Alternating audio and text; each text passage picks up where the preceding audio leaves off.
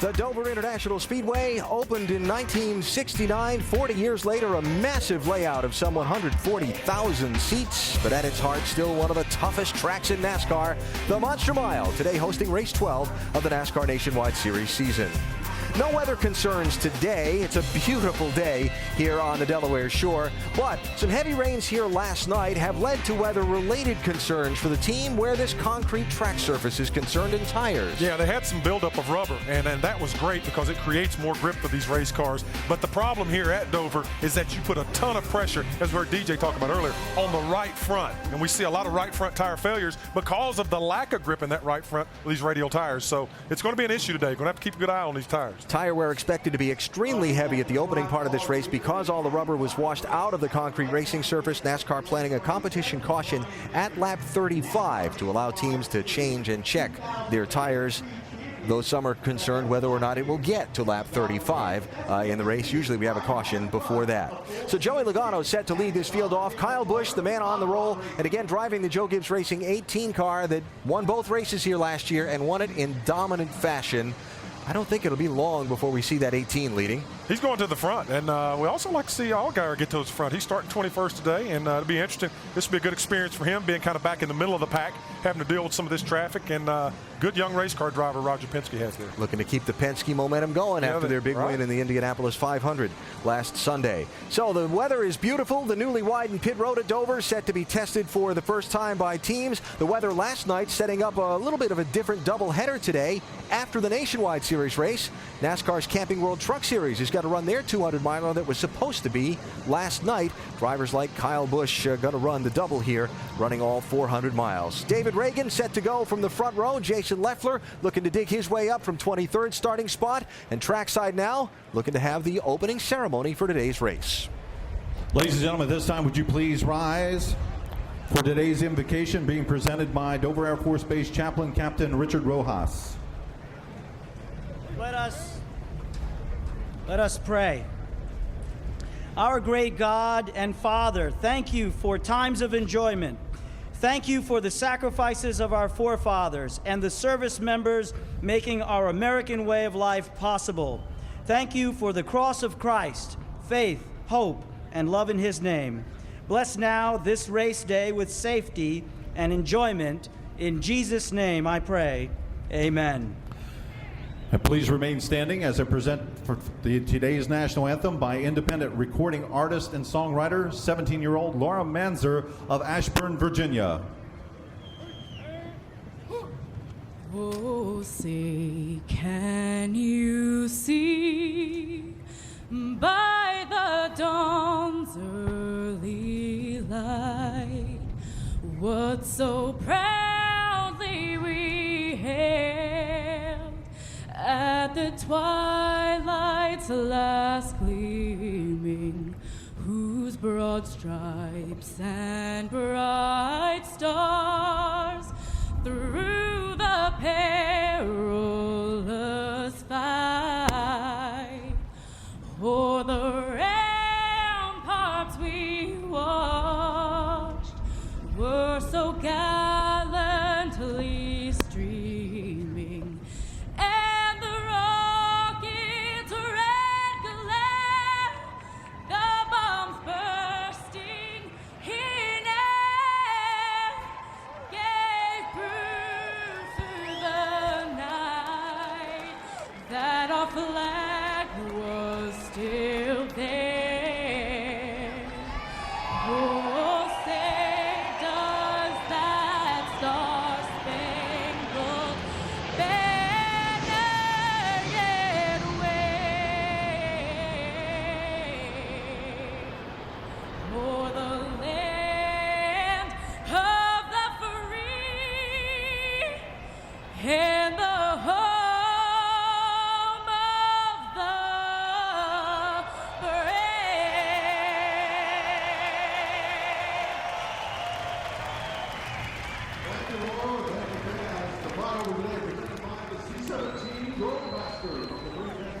Aircraft from the 3rd Airlift Squadron and the Well, as these drivers begin to buckle in, they know they've got a big task to tackle today. 200 laps on the Monster Mile where trouble lurks in every corner. You're watching ESPN on ABC.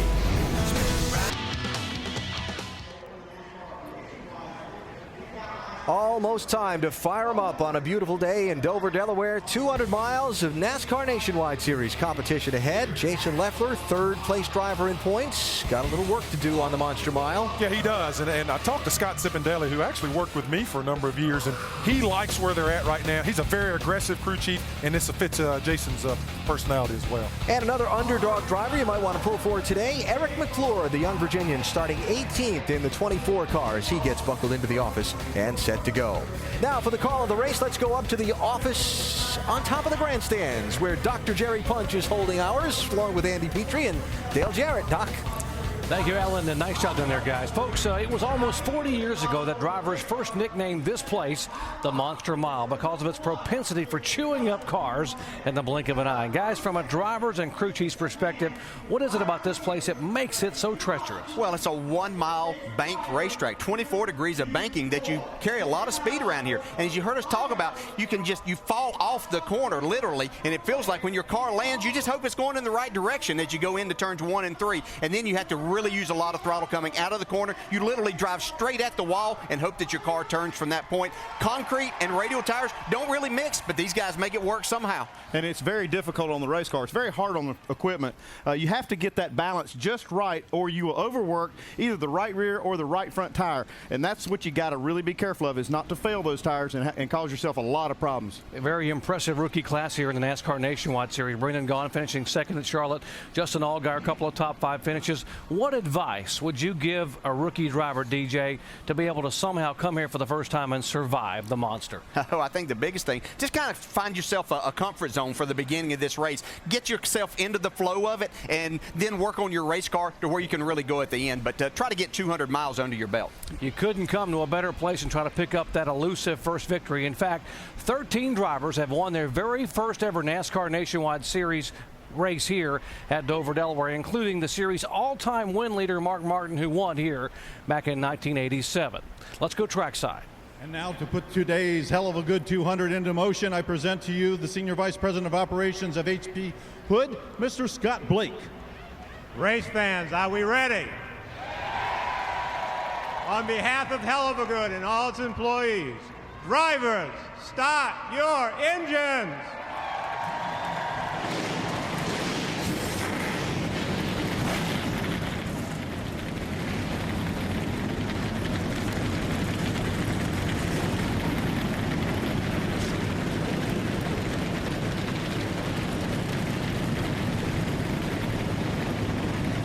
Engines have fired and cars are getting set to roll.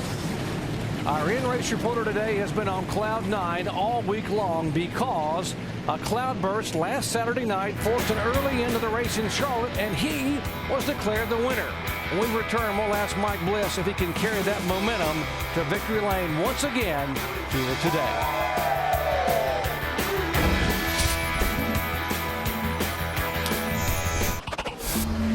Began with 19-year-old Joey Logano giving himself a bit of an anniversary gift. This is the 1-year anniversary of his debut in the NASCAR Nationwide Series, and today he became the youngest pole sitter in the history of Dover International Speedway. While you watch to see where the other drivers have qualified, let's visit with our in-race reporter, the driver of the Miccosukee Resorts Chevrolet, Mike Bliss, who starts 16th today. Hey, Mike, Dale Jarrett, the ESPN. You have a copy? Yeah, I do, Dale. Hey, Mike, first, congratulations on a great win last week. We've been talking about how difficult this racetrack can be for drivers. I want you to tell our viewers just how much fun it is to race on this track. I enjoy racing here. It is a tough place when your car's not right, but I enjoy the concrete tracks. I like killing that white line the whole race, and that's all I try to do in practice is just wear that white line out. And when you can do that all race long, you'll be passing people. Okay, Mike, our second question comes from our ESPN mailbag, and Terry in Dawson Springs, Kentucky would like to know, what did you do to celebrate your win, and how does a win affect the way you look at your season? Well, celebration, comes short. We had big lunch on Monday, and we went through the rest of the week like everything else. Same cars at Charlotte's here, so they had to work hard to get it turned around. And we just try real hard every week and put the same car, a good car, underneath us. All right, Mike, thanks. Have a great day, and thanks for talking with us. Now, Andy's going to talk to your car chief, Nick Harrison. Hey, Nick, Andy Petrie in the booth. You got us? 10-4, I got you, Andy.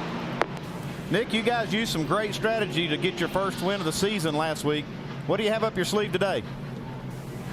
There's a NASCAR caution at lap 35, and some guys might take 2. We'll see how we progress, but all the guys have worked hard, and I think we got a good race car, and we'll see how it turns out.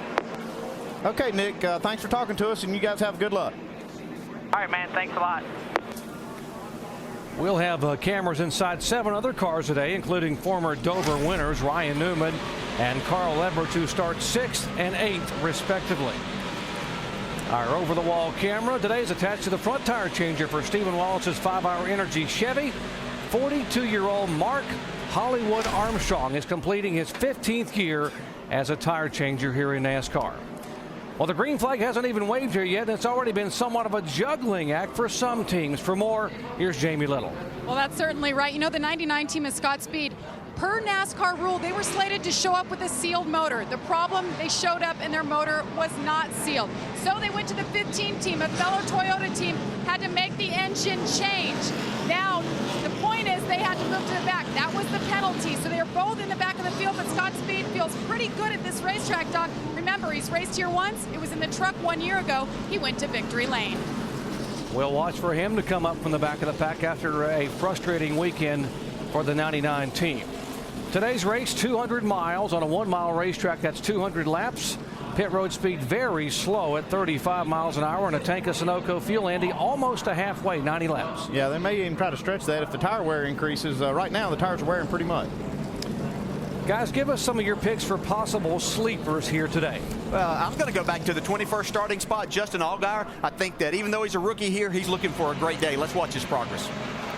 And Scott Wimmer, he knows how to win here. He's got a good starting spot, starting inside the top 15. He might have one of his best races of the year. This broadcast is available in Spanish by activating your SAP button, presented by ESPN Deportes. Let's listen to some radio inside the pole sitter's car. Joey Logano. Done a great job lately. You deserve this win. Let's go get it. And 4 on that one. 19-year-old driver, a year ago after his birthday, he was able to run his very first NASCAR nationwide race right here in Dover, Delaware. He started 9th that day and finished 6th. Could he get a win on the 1-year anniversary? Here they come. Glad to have you with us at a turn 4 for the green flag at Dover.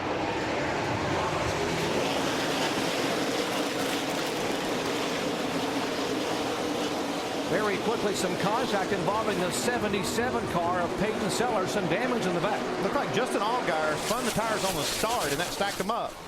Yeah, we saw a couple of cars right up front spinning the tires, and that's a problem that you have here on this concrete surface, trying to get these tires hooked up when they're cold. Speaking of hooked up, look at these Gibbs cars already putting a little bit of distance on the field. Yeah, you can see the 6 car, David Reagan, getting sideways, and that kind of made Kevin Harvick have to get out of the throttle there coming out of turn 4. Kevin Harvick in the 33 car, coming off a very un-Harvick-like performance. And here's the 77 you mentioned. Caution is out. Stay up, Ace. Stay up. Caution flag is out. Get down if you can. Get down if you can. Well, things went from bad to worse with Peyton Sellers. He's already torn up one car in practice, and now he's torn this one up. So we don't even get an entire lap completed here at the Monster Mile, and we're under caution for the first time. Again, it was the start, coming to the green flag, and watch the right side of your screen. Well, actually, you see, looks like it's stacked up in front of these guys. Yeah. And just that accordion effect that got him. I said it looked like Allgaier spun the tires. He actually got jacked up from behind. Lap 1 at the drop of the green flag. The Monster has bidden at least one race car, the 77 of Peyton Sellers, in the pits. Back after this message and a word from our ABC stations. Working lap 4 of the Heluva Good 200 here at Dover International Speedway. Caution coming out on the very first lap of the race. The 77 car now being pushed back behind the wall. Tough break early for Peyton Sellers. Now getting set for the restart, in a discussion today here at the racetrack, NASCAR Vice President Jim Hunter said that NASCAR on the front burner was considering changing these restarts very soon to double file restarts. Guys, your thoughts? Yeah, I talked to a number of the drivers that came out of the Tuesday meeting, and they said that that was one thing that was discussed extensively, and that they felt like that within the next month for sure that we would be looking at those double file restarts in both of these series. And you think double file restarts, well, they already start double file, but what the change is going to be is the leaders will be double file with each other, and they'll be able to race each other. The lap down cars will be behind all of the lead lap cars. That was the restart mechanism they used a couple of weeks ago in the All-Star race in Charlotte. It gave us some great racing on the restarts, and the guys were side by side for lap after lap going into turn 1 and 2. Yes, another one of those things you see it on Saturday nights used at your local short track too a lot, and it's another one of those changes that the drivers probably aren't extremely happy and excited about it, but they know that it's going to be great racing for the fans, so we'll look forward to it. Yeah, I'm looking forward to it. Now, but for now, we're going to have single file restarts here with Joey Logano showing the way. Kyle Busch, David Reagan, Ryan Newman, and Kevin Harvick in the top 5. Let's update the 6 car. Jamie Little.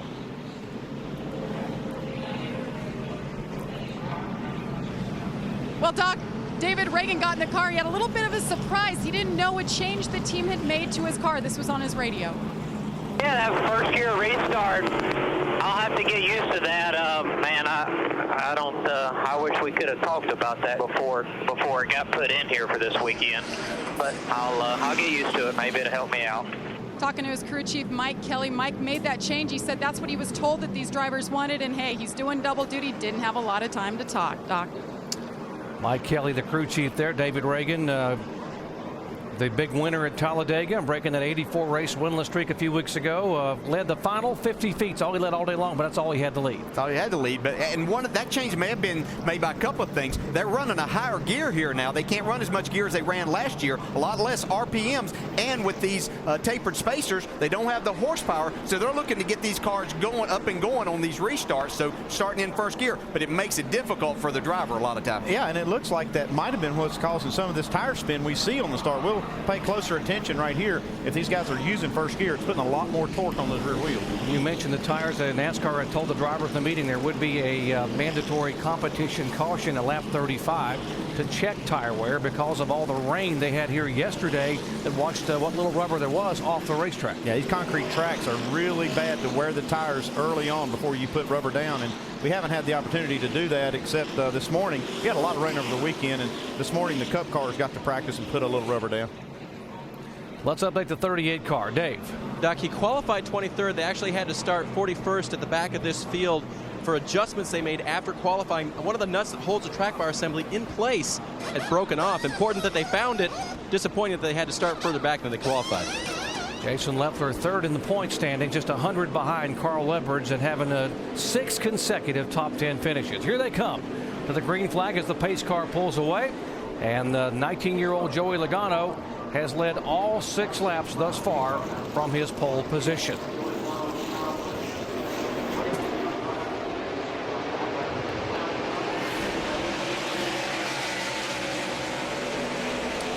That's Kevin Harvick looking to the inside of Ryan Newman.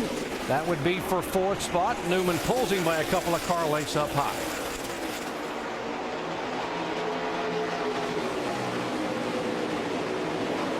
All of these drivers that I talked with here the last 2 days were talking about how hard they had to drive these race cars here because of the smaller amount of horsepower that they have now, Andy. Yeah, this is one of those racetracks that you don't talk about finesse. Wow, we got some 3 wide racing here.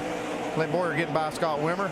Greg Biffle in the 16 up ahead of these guys. This is one of those racetracks that aggressiveness really pays off. I mean, some tracks you go to, you talk about finesse, you got to be smooth. This is one of those racetracks that you can really attack. Yeah, and that's why Greg Biffle's usually pretty good here. He's in that 16 car, the City Financial car. And they've got a little special deal this weekend. They brought 25 kids here from the Boys and Girls Clubs of Delaware. Had some pictures made, talked with them, and they're here enjoying the race today.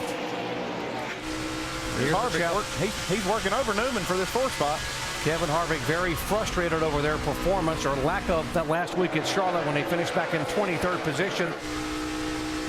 Yeah, you can see Ryan Newman's car wiggle just a little bit in front of him. That gave Kevin a chance to get up on his bumper and try to get to the inside as they go down into turn 1. More on the 33 car. Dave. Doc, I talked to crew chief Ernie Cope about that performance as he now gets by Newman, and he said, you know what, we were trying stuff in the month of May. It was very frustrating, and our performance was down because of the things we were trying. He said, this weekend, we went back to basics, and boy, did it make a difference. Kevin's happy, we're happy, the car is much better. That stuff we tried, I don't think we're going to use it. Yeah, Dave, he was the fastest car in the practice session yesterday, and they were very pleased with how this Chevy was running. You're always looking for something more, something that'll give you an edge, and sometimes you go the wrong way. It's hard to tell where you're at, and going back to what you know works, sometimes it's the best thing to do. Yeah, but with no testing, you have to try these things. That's the only way that you're going to learn with this. You see a great battle going on here, but you know, in Ernie Cope's case, whenever he can make the driver and the owner happy at the same time, that's a really good thing for him. Great battle, as you said, DJ, for 11th position. That's Paul Menard, the 98. Then behind him, the birthday boy, Clint Boyer, who turns 30 today. Reigning series champion, trying to take it away. And up behind him, good run for Scott Wimmer, another one of the former winners here. Scott Wimmer's digging right there with Boyer. That's the car that Wimmer has driven here before, that 29 car.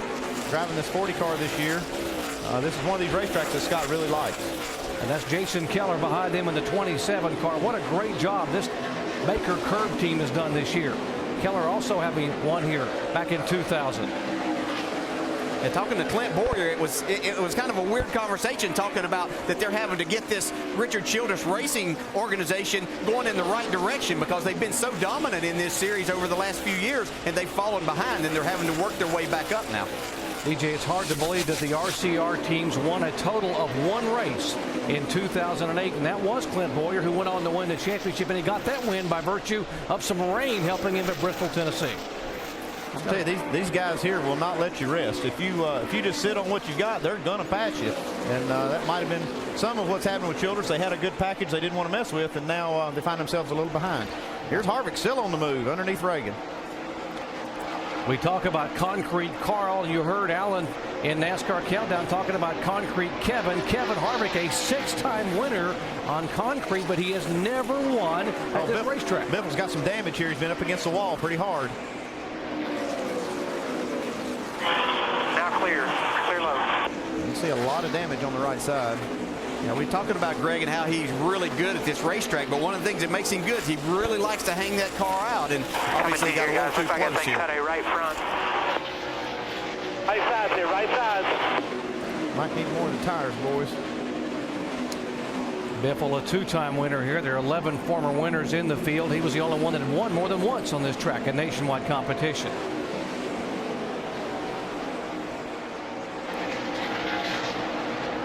See the City Financial crew getting ready for Greg to come down pit road. Yeah, he's bent some stuff underneath the car, down too. pretty fast the start-finish line here where they come down the hill past the open. They'll have to put these tires on and at least knock some fenders out. Pretty hard hit. You hear Greg just say it's a pretty hard hit, so there's, as you said, Andy, they're going to have to do more work than just throw tires at it. And he is already 2 laps down before he ever gets stopped in his pits. Dave. And guys, I don't know how much of the radio transmission you heard, but he did feel like the right front was going down, which sent him into the wall. It was a result of that, and they're going to decide right now if they're going to head to the garage or not. A cut right front makes Biffle's day a lot longer.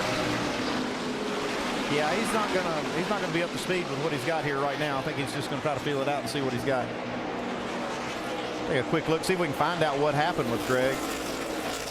We talked about all the speed that you carry here. You can see, yeah. Oh man, that right front was going down. Yep, he was already out of the groove when he came in the shot there, like something was definitely wrong. Yeah, and that would have happened entering the corner back there and caused him to go up the racetrack. There comes Joey Logano now by the 16 car, and that will put him now 4 laps down. What you don't want to do here is, after having a car get damaged like this, is go back out there and take a chance on hurting your driver, especially when you've got a guy that's going to be running tomorrow, one of the top drivers in the Roush organization. You want to make sure that you keep him safe out there. Yeah, we saw Joey Logano go by him again, man.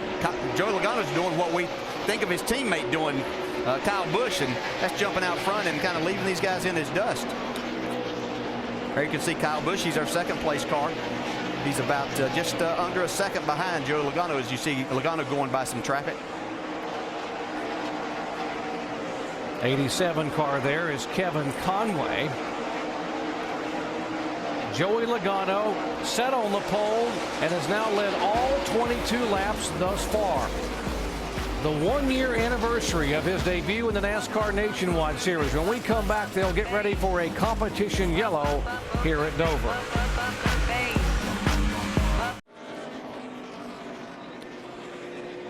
Under caution for the second time today here in the Heluva Good 200 at Dover International Speedway. Contact, 2 drivers, a 09 of John West Townley, the rookie, and another rookie, the 23 of Ken Butler III, both hitting pretty hard, coming up off turn 2 on the back straightaway. We can see how this track will just chew up a race car. Yeah, and these young guys have a difficult time. You have to run really hard here, but there's just nowhere to go. Something happens right there. It seems that the banking on the straightaway just feeds you all to the same place. Let's look at the replay. And this all coming off of turn 2. Wow, John West Townley just goes straight into the 23. Don't know if maybe he had a problem with his car before that. Man, I don't know. Man, that was a hard lick. And Butler took a hard lick on that inside. Thank goodness they have the safer barrier down there now. Give him room inside here. Give him room inside. Oh. He'd given him plenty of room. Yeah. Unbelievable. That had nothing to do with us far. We'll go on board here with Ryan Newman and get his view. See here, these cars get together. He gets loose here and then just chases his car up the hill there. Squarely in front of you there. Stay down. Yes, yes.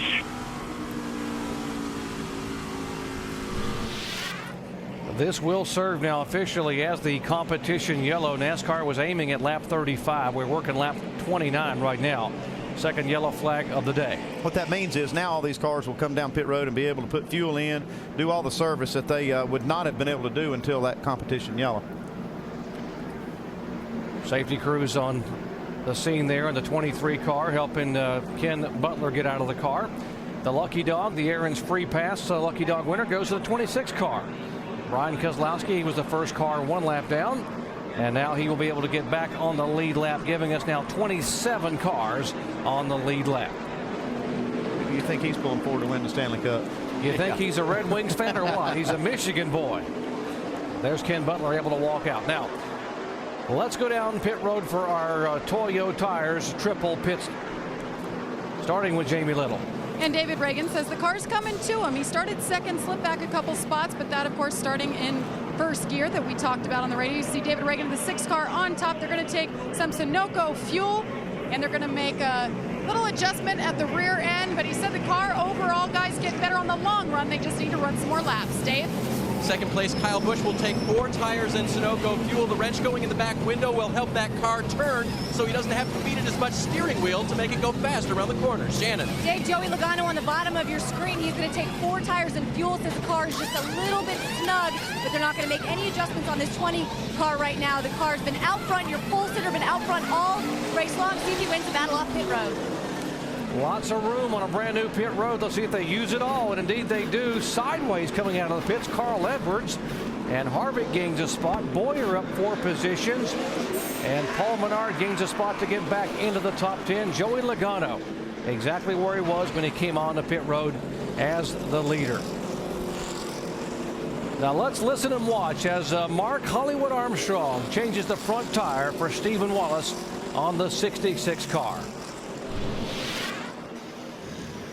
All right, here we go. 1, 2, 3, 4, 5. 1, 2, 3, 4, 5. Let's go to the other side. Got Matt Donnelly here in the left front. Pull it. Stop. ABC's Summer Smash Hit Wipeout is back with new obstacles, crazier contestants, and even bigger wipeouts. ABC's Wipeout Wednesday, 8/7 Central on ABC. Under the second caution of the race here at Dover today, and a round of pit stops have just been completed. Joey Logano holding the lead on those pit stops. Tire wear a concern after the heavy rain last night, Brad. The teams are checking it out now. Yeah, you got to keep a close eye on these tires, Alan, like we talked about earlier in the pre-race show. Racetrack will just simply eat up the right sides, and so you got to be on top of, make sure everything's good, clear, and make sure you're fine. Dave?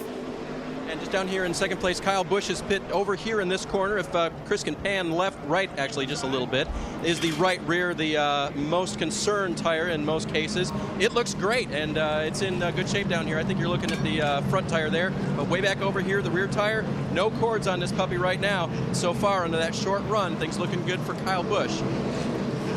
All right, David, thank you. And that was crew chief Jason Ratcliffe down off the wagon checking on things. Now, the 18 car had a little extra work to do. Remember, we saw the replay of him getting squeezed into the wall earlier by the 87 car. Well, watch on the left side of the pit stop. After they put the new tire in place on the front, just got to do a little work to make sure things are okay. Yeah, just got to do a little bit of straightening out over there, making sure they've got all the aerodynamics of the race car adjusted. You see him yanking out on the fender there to give a little bit more clearance so he doesn't get into that left side tire. Should be good to go. Last thing you want is a tire being rubbed by a fender on this monster mile, huh, guys? That cost him a spot on pit road, guys. He came in second, came out third as Harvick able to beat him by that little extra couple seconds pulling the fender out. By the way, a couple penalties during that pit stop. 16 was too fast entering the pits, Greg Biffle. The 07 too fast on exit, Mike Harmon. We have 8 cars that have gone to the garage area. The 05, 96, 90, 0, 91, the 77 involved in the lap 1 incident, Peyton Sellers, and the 2 involved just a moment ago in the most recent caution flag. Set for the green flag, Joey Logano has led 32 of the 33 laps thus far.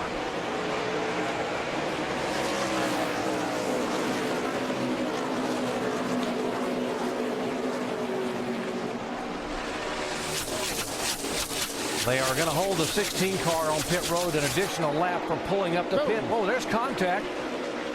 Stephen Wallace in the 66 and the 99 of Scott Speed. Yeah, these guys have been going at it since they came on to pit road during that caution. Scott Speed was right on Stephen's bumper coming all the way down, and then the 99 car jumped to the outside on that restart, Andy. Yeah, well, that happened too. Kyle Busch took second spot away from Harvick. Man, look at him jammed up here coming off the corner. Last week's winner, Mike Bliss, able to go by Morgan Shepherd. That's Brendan Gaughan to his left. Yeah, we've talked about there's nowhere to hide. We see Ryan Newman going to the outside here, trying to pass Clint Boyer. That would be for 5th position. First of 4 races that Newman will drive in the 5 car for Rick Hendrick and Dale Earnhardt Jr. Still not a lot of rubber in that second groove, but Newman making it work for him on that pass. A lot of these guys were talking about, because of the lack of horsepower that they have, that they're hoping that second groove's going to come in where they could keep these things wound up. That's exactly what Jason Leffler told me this morning, that he hoped that groove would move up for just that reason. Let's update the 60 car. Carl Edwards back in 7th spot. Shannon. Doc, your championship contender, Carl Edwards. Currently, the car's a little tight, but earlier in the race, about lap 20, they thought they had some other issues. This is what they said on the radio. 10-4, how's the motor right here? How's all that? Well, it's running good down the straightaway. It's just when I'm in the corner, when I got side load, it doesn't, it sounds like it's on 7 cylinders and feels dead. Might just be my imagination. I don't think I'd lift the hood because it runs good down the straightaway, you know? So saying there may be some problems with the engines, the team was going to go under the hood under that last pit stop. They opted not to because they just told me that problem is only happening in the turns. So right now they're just going to feel it out. It's not happening on the straightaway, so they're just going to let Carl stay out. You get a lot of load here at this racetrack, a lot of side load and downward loads. It could be just a fuel issue where it may not be getting the fuel that it needs to the cylinders when it's in the corner. I don't know what else it could be, but yeah. This racetrack always gave me a feeling there's so many different things that happen. It's not a smooth racetrack. You're bouncing around a lot, and so a lot of things can happen. You said, and it may be a fuel deal, could be a battery connection there or something like that that's just creating a problem as he gets into the corner. It also could be the car just as tight. He's binding the car up, and it feels like the motor's bogging. Here's the 38 car, Jason Leffler. Remember, you heard at the top of the show they had made adjustments after the impound, had to go back and started in 41st position. He had driven the car all the way up to 19th prior to that caution flag on lap 29. He is now being shown in 15th position, so Leffler marching his way to the front. Yeah, he's doing a nice job, and I actually questioned, and the pit reporters found out that he did take 4 tires there, so he's on just like everybody else. Dave? And DJ just backing up how good that car is running. No chassis adjustments on that stop, so he called the car really very good during that first run, and they didn't do anything but change 4 tires and give him fuel. This is a team that's really just been on a roll. I mean, no matter what, it seems like they find their way to the front. And when you're clicking on all cylinders like that, it doesn't matter what track you go to or even where you start. It just seems to happen for you. 200th career start today for Leffler. 6 consecutive top 10 finishes has moved him all the way up to 3rd overall in the point standings. And a lot of people in the garage area are saying if they can just continue with top 10 finishes, they got a shot at winning this championship. Well, one problem by the 2 guys in front of him, and he's right there as far as the championship battle goes. And then talking to Jason, I would talk about how good he's doing and how excited it was to watch him. He'd always come back, yeah, we need to win a race. We need to win a race. But you know, he also knows that they're getting to that point. He is between the 2 Rusty Wallace cars. In front of him is Stephen Wallace in the 66 car, and behind him is the 62 of Brendan Gaughan, the rookie who had the great 2nd place finish at Charlotte last Saturday.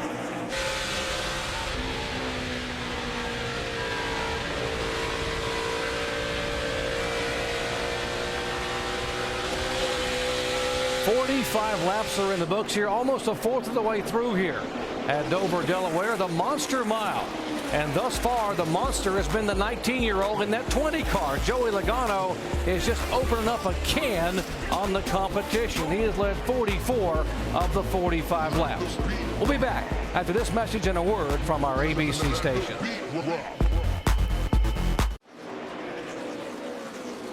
At the 1/4 mark of today's NASCAR Nationwide Series race from Dover International Speedway, there's the race for the lead. The Joe Gibbs Racing teammates, Joey Logano in the 20, Kyle Busch in the 18, trying to track him down. They are the class of the field thus far, but it looks like Kevin Harvick's got a really strong race car, and he's starting to chomp away at that lead just a little bit. A little bit of lap traffic here as we check out our Holiday Inn race summary.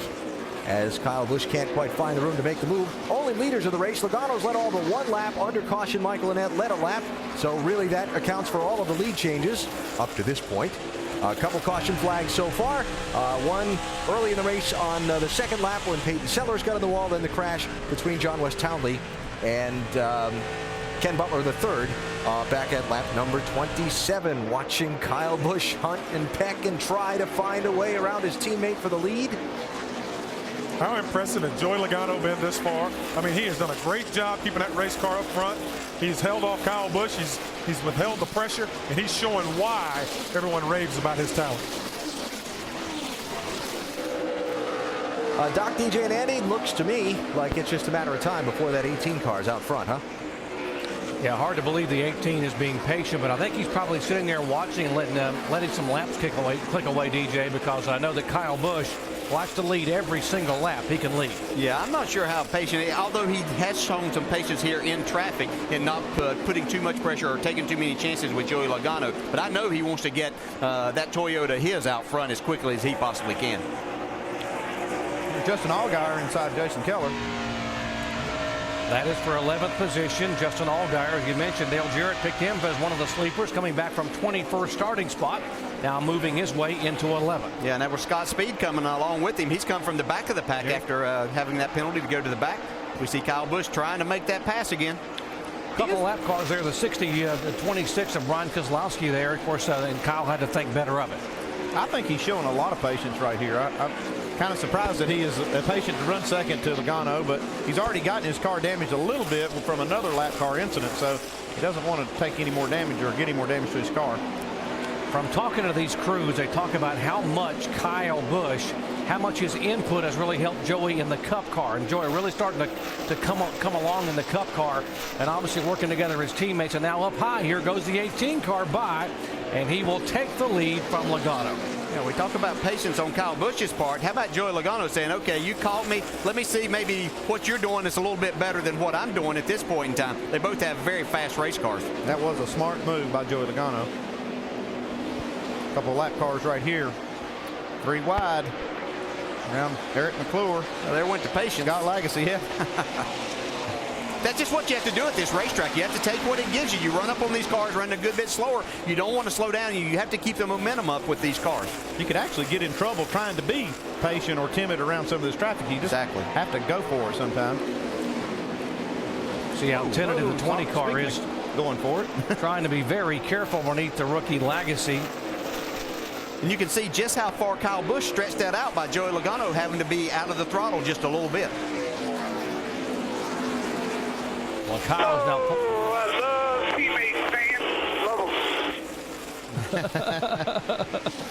I think as Kyle saying, he appreciated the move by Logano. Yeah, he doesn't think that would have happened if it would have been somebody besides his teammate, huh? Or like if it had been at the end of the race. Yes. More on Kyle Busch. Dave. That quote was dripping with sarcasm, and it was before the pass. Okay? He was, And now you know the rest Andy, of the you know story. what it's all about, Kyle. He wants everything he can get, and right then he felt like his car was faster and that Joey should just pull over. Eventually they passed along that message, and he did get that pass by. But Kyle, very good here, and after they made that adjustment on the first stop, the car is working much better, obviously. Yeah, they got that fender cleared on the left front, and looks like it's made all the difference. If Joey Logano goes back and watches this when he's sitting around tonight and hears that, it might be a little more difficult the next time Kyle Busch wants to pass him, though, or catches him. I don't know. Are you saying that a driver would think about that next time your teammate's behind you when you hear that kind of comment? Well, yeah, I would. I don't know about them, but that certainly would enter my mind. Pretty good battle here. 38th, 14th, 15th, 16th, and 17th on your screen. Now there's Leffler in the 14th spot in the back of that group. Here comes the one car of Mike Bliss. Yeah, Bliss had passed Brendan Gaughan, and now Brendan Gaughan's kind of used that high line a little bit and gone back around Mike Bliss, who's keeping true to what he said. He likes to be on that bottom. Yeah, he said he was going to eat that white line up, and that's what he's doing. He's watching Brendan Gaughan, though, and he might learn something here. Yeah, he's getting a nice run off the corner here, as you can see him try to go around his teammate, Stephen Wallace.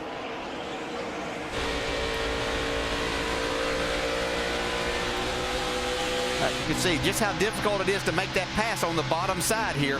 See, Brendan's been going in a little bit higher and turning the car down and getting a nice run off the corner. Stephen Wallace is doing a good job there. Shannon?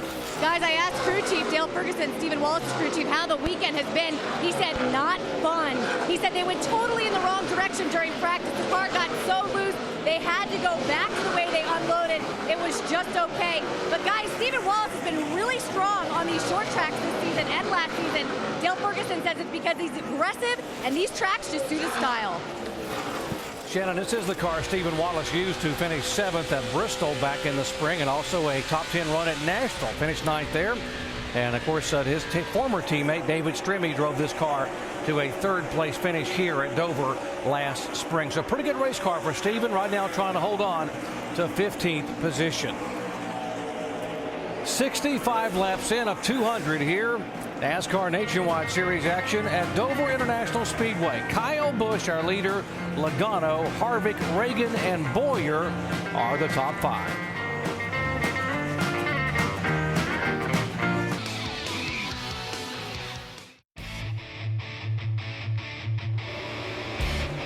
Trouble on the back straightaway. The 52 car has spun around Kevin LePage, driving for Jimmy Smut Means, and he has hit the wall a ton. The whole front of that car is shoved in. What's he doing? He's got out there. It sounds like he may have gotten a little help, but he's shorting the front end of this car up. Second time we've seen a hard impact off of turn 2 down to the inside wall. Kevin, a former 2-time winner in this series, veteran driver. See what happened to him coming up off the corner. Eric McClure is up on the inside of Kevin LePage and just gets into the left rear corner. And there's just no saving it here. You get spun, you're going to hit something at Dover, and ooh, hit something hard. Yeah, and the straightaways are banked so much also, it just doesn't give you a chance. There's no room back there. It's unfortunate for Kevin LePage. He was having a nice day, just staying out of trouble. His car owner, Jimmy Means, celebrating his 59th birthday yesterday, and they asked Jimmy what he wanted. He said, bring this thing back in one piece, and I'll be very happy. Now, somebody forgot to blow out the candles in. Yep. Man. Guys, let's pack this stuff up. We got to take these tires all back to Goodyear.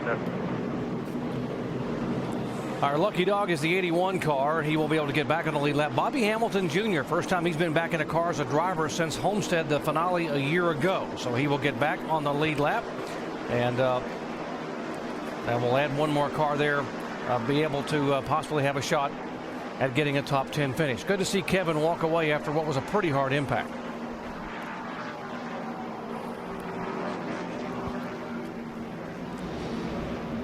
Leaders now headed down pit road. Let's go down to our Toyo Tires triple pits. Jamie.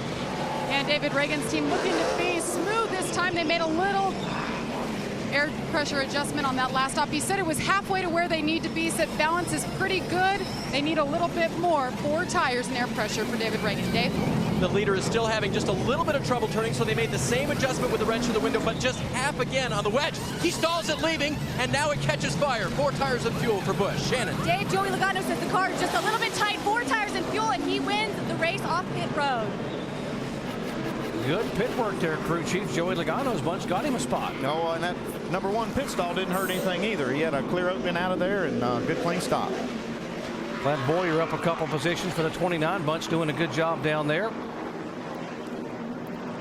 Under caution for the 3rd time today here at Dover, Delaware. Hard impact by the veteran in the 52 car, Kevin LePage. And the race off, Logano once again is the leader. 3, 1, 2, 3, do it! It's time to rock and roll. Team on 3, 1, 2, 3, team! Holding on the jack, we down and away, baby, get you some of that! Come on! They are fired up here on pit road at Dover, Delaware to get the job done in the trenches. That's where you got to get it done. Every split second, millisecond makes a big difference in whether you get out in front of or behind someone else. 18 car had a stumble on pit road, right, Dave? Absolutely, guys. Kyle Busch has been on and off of pit road and has made that adjustment to his race car. And that is all okay. It's been traffic that he's been having a trouble getting around, including a guy that used to work at Joe Gibbs Racing. Listen. He can't even hold a lane, man. Look, I have no idea where he's going to go. What are you talking about? He was on the top in 1 and 2. He goes in on the bottom, though. If you're going to go in on the top, stay up top. I know. I was joking there. Hey, man, he's KFC. What do you want? Now, interestingly, Jason Ratcliffe had talked this weekend how Kyle is able to get around this track and find a line anywhere. I guess it means around traffic, too. Yeah, you got to keep those fenders on, though, and it gets frustrating when you have cars that cut you off and you feel like it should give you a little more room, especially when they're lap down cars. We had a couple of cars penalized on this pit exchange. The 5 car Brian Newman and the 15 of Michael Annette, both having to go to the tail end of the field because they were too fast on exit of pit road. And again, the speed on pit road today is a very slow 35 miles an hour. It's going to be costly for Newman. That's going to put him back in the 20th position on this restart. Yeah, that's unusual here because you usually don't have enough room to speed on this pit road. Now they've widened it out. Some room now. You can. Major renovations here, 5 years worth of renovations, and this year it was the pit road that they were able to expand. They had a 43rd pit stall and expand pit road by a little over 4 feet, took the grass out, added the safer barrier here on the front straightaway. See Greg Biffle lining up on the inside. He's 5 laps down, but we're going to see how good his car is, see if they've got it fixed.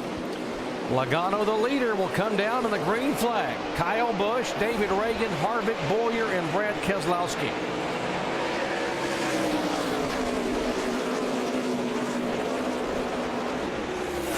Biffle drove it down in there, but looks like he's still hurt a little bit, the car is. No match for those Toyotas up on the outside. Now we'll see if the 18 car can move up high a little bit, see if he will move in and try to retake that lead spot. It's been taking Kyle Busch a little time to get to Logano. It looks like he's staying with him a little bit better. That 20 car's been really, really fast when it was out front in that clean air. We are getting some more rubber down on the track. That lets Kyle Busch and these other drivers be able to search around a little bit more. You see Brian Vickers and Carl Edwards having a battle here. That 88 car right there of Brad Keselowski now running in the top 6. Looking up there to the top 5 guys, and in that top 5 you see Clint Boyer also in the 29 car. He was strong that last run right before that caution came out. Boyer, the winner here back in 2006 and the reigning series champion. Talking about the 88 car there, Brad Keselowski. And as long as he has driven for Dale Earnhardt Jr. Incorporated, he has never finished out of the top 10 here. 3 times he has come here, 3 top 10 finishes in a row. And despite one time having to start at the back of the pack. Sometimes hard to just finish that many races in a row up here, so that's a good feat. Shannon? You guys cannot deny that Brad Keselowski is great on concrete tracks. Both of his wins have come on this type of surface. I spoke with him before he climbed in the car, and I asked him if he looks forward to this race, these types of races. He said, I just love concrete racing. I always have a higher level of excitement when I get onto these types of tracks.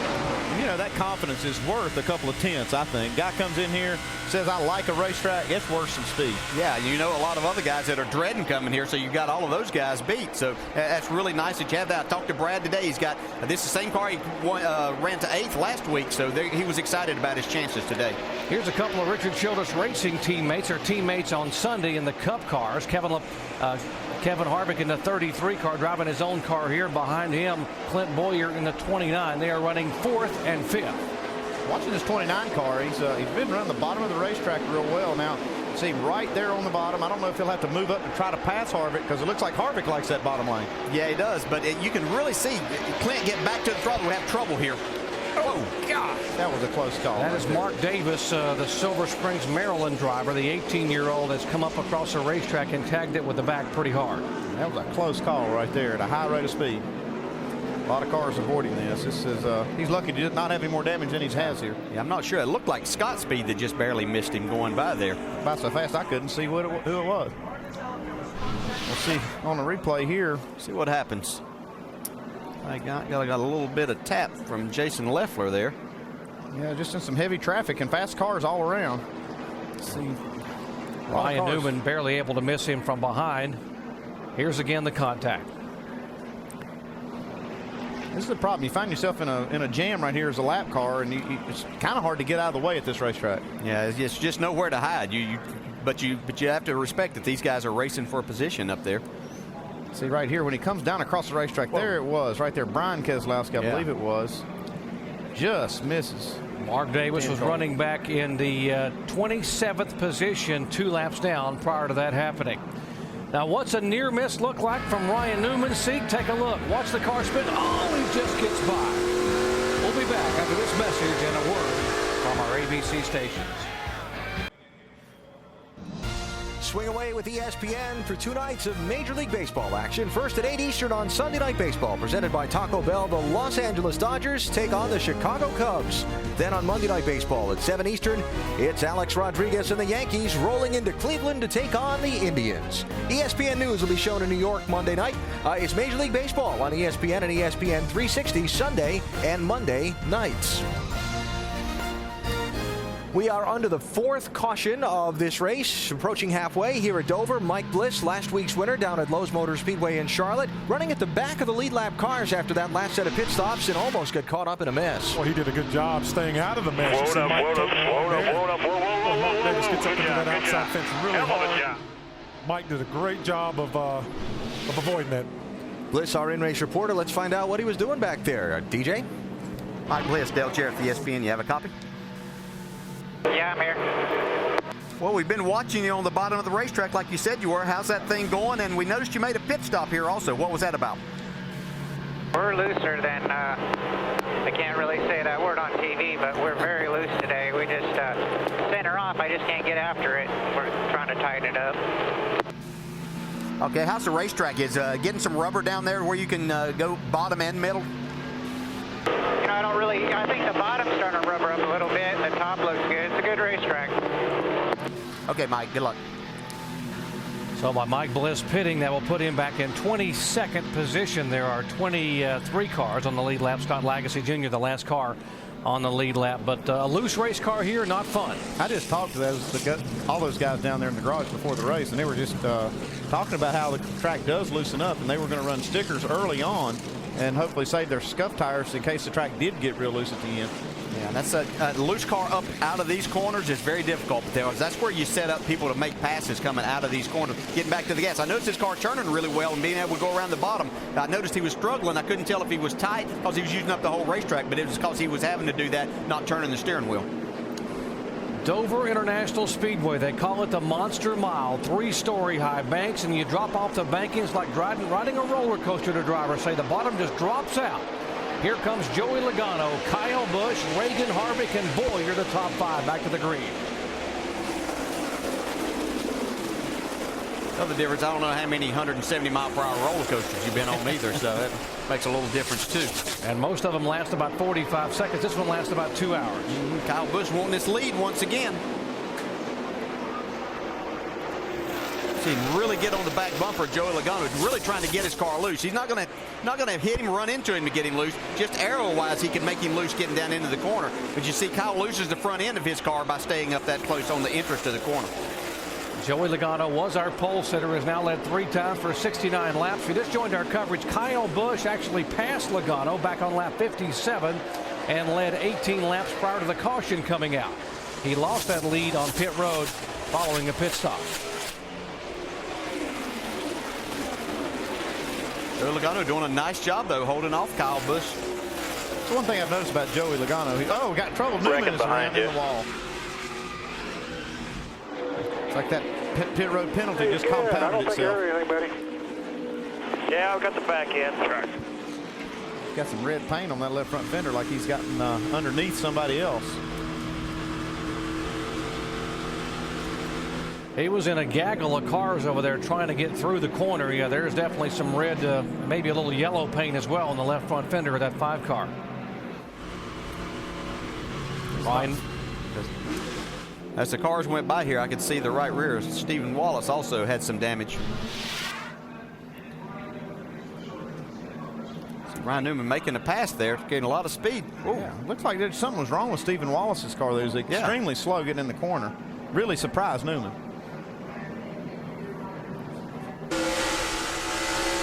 I'm open. Clear. Oh, yeah. Stephen Wallace thought he had a flat tire or something there, because that you wouldn't catch a car that quickly, especially a car that's running on the lead lap. You see Matt Newman all over the brakes. Fine here. Coming to you. Hang on, the caution's coming out. Hang on right there.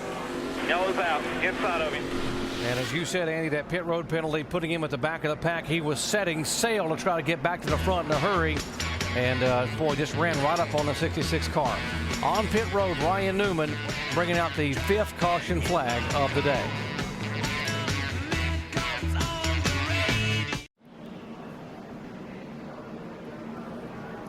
Just 6 laps away from the halfway point here in the Heluva Good 200 at Dover International Speedway in Dover, Delaware. We are again under the yellow flag. This one the 5th time of the afternoon. Contact between the 5 car and the 66. Now there's a damaged 61 car of Brandon Witt. How did that car get damaged? Well, let's show you. Watch the 66 car coming around Stephen Wallace. Looks like Stephen Wallace thought he had Brandon Witt cleared here and just cuts him off and gets a left rear tire against the right front fender of the 61. You see what happens here 1 lap later. Going into turn 1, he knows he's got a problem with that left rear, backs off, and Ryan Newman is a victim. Ryan couldn't get slowed down, goes up against the wall, and here is, watch him just inhale the 66 car. There's the contact. What's behind here? Coming to you. Hang on, the caution's coming out. Hang on right there. These were always up here guessing and wondering what exactly happened. Our staff is finding out for us. That's right. They brought it all back. Yeah. It doesn't all have to happen right there. It started, you can see that started almost a complete lap before. Steven had to come on a pit road to change that left rear tire. There's the 5 car getting some damage repaired. And what about the 99 that's come all the way from the back of the pack? Dave. And dicing through traffic, ran up on some cars. Listen to his radio. Guy right in front of me, lap traffic or position? The 60 is next car in front of you. Oh, I didn't realize that was Carl, because normally Carl's fast. Oh, he is fast. You're just faster. Running with the dogs today.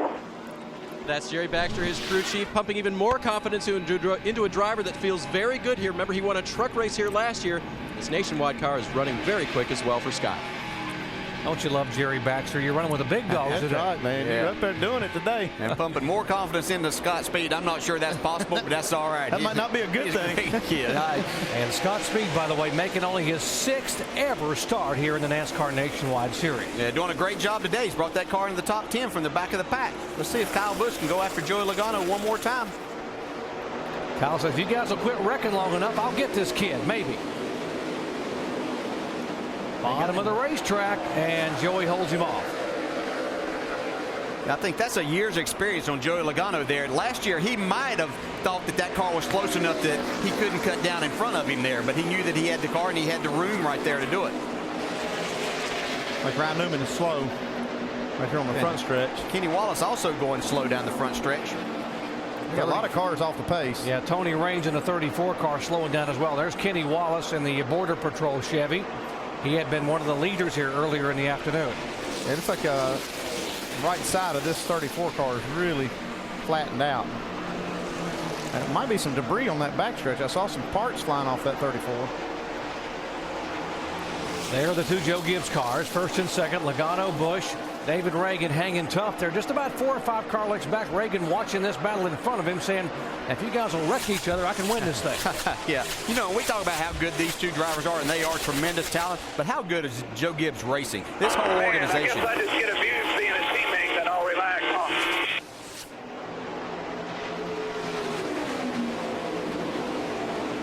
That was Kyle Busch's radio. You're talking about the Joe Gibbs organization, DJ. They have won the last 3 nationwide races here in a row.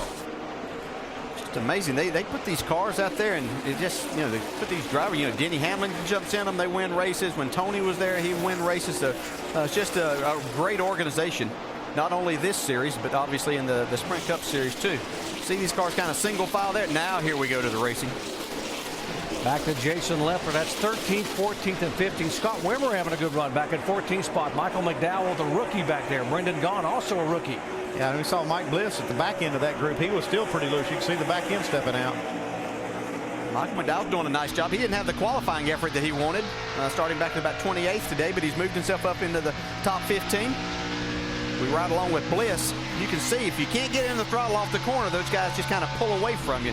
Then you try to make it up getting into the corner, but that's just going to slow you down even more if you wash up the track. Good to see Bobby Hamilton Jr. back out here in that 81 car just ahead of Mike Bliss that we're riding with. Bobby on the lead lap, being shown back in the 17th spot. 4th position. Here goes the 29 car.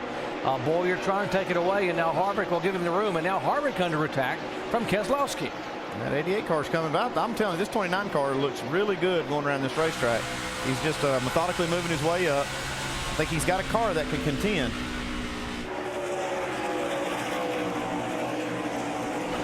'15th position, 62 of Gaughan. Couple of rookies battling. Gaughan in 62. McDowell we're talking about in the 47. Brendan's starting to make that middle groove work a little bit more for him. Really carrying a lot of speed. He can carry the speed through. You see, he didn't get into the corner that hard, but he carried a lot off. Here we are back to the lead. Seeing Kyle Busch can get around Joey Logano. He's tried everything he can so far. We're getting a report of a tire rub on the 20. That's what they're saying. We're hearing that it may be a rub on the left front. Don't see any smoke. Both of these Gibbs cars have left front fender damage. And this is a racetrack, and you can create a little bit of that yourself just by driving down onto the apron a little bit, getting that left front down just a little too far, and it'll create a problem for you. See a little bit of smoke right there. Yeah, I did see just a puff of smoke, and you see a kink in that left front fender. We saw the 18 car get a kink in his, but they worked on it and pulled it away on a pit stop, actually the last couple of stops. These cars are so closely matched. They're running identical lap time.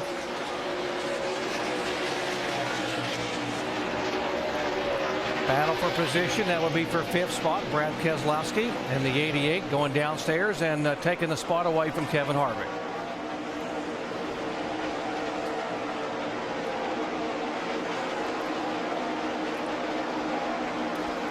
Right side of your screen, Kevin Harvick. Let's update what's going on with him, Dave. Yeah, he's lost at 1 position since that restart, Doc, and they've kind of lost their way at this point in the race. They really would like a pit stop. They made a track bar adjustment last time to tighten the car up. Kevin said it made it even worse. They've got to do something next time to try to get them back on track to where they are. Very loose right now, going backwards. Now, they're definitely losing a lot. I mean, they were really fast in the beginning, and now he's losing some spots. Here you go. You got Kyle Busch on the outside. He might have him this time. They try to pin him behind the lap car. No, they have plenty of room to get by the 77 of Peyton Sellers, but now Kyle using the high groove. Yeah, he kind of set him up there to do that. He kind of lulled Joey Logano to sleep a little bit, just following in his tracks and making him think that's where he's going to make his pass. When now that middle groove's coming in, Kyle was able to make that work. Here we go for 3rd place. Clint Boyer's taking that spot from David Reagan. Clint Boyer said, I'm going to give myself a birthday present today. I'm 30 years old. I'm going to get a win. I'm telling you, this 29 car is like a June bug on a string. I've watched him make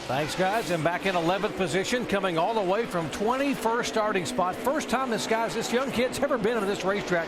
Justin Allgaier, the impressive rookie driving for Roger Penske, being shown in 11th position. Back in 12th position, the 27 car of Jason Keller. Yeah, Jason doing a great job. This is one of his favorite racetracks. He really enjoys this concrete surface. Doing a fantastic job today, sitting in 12th.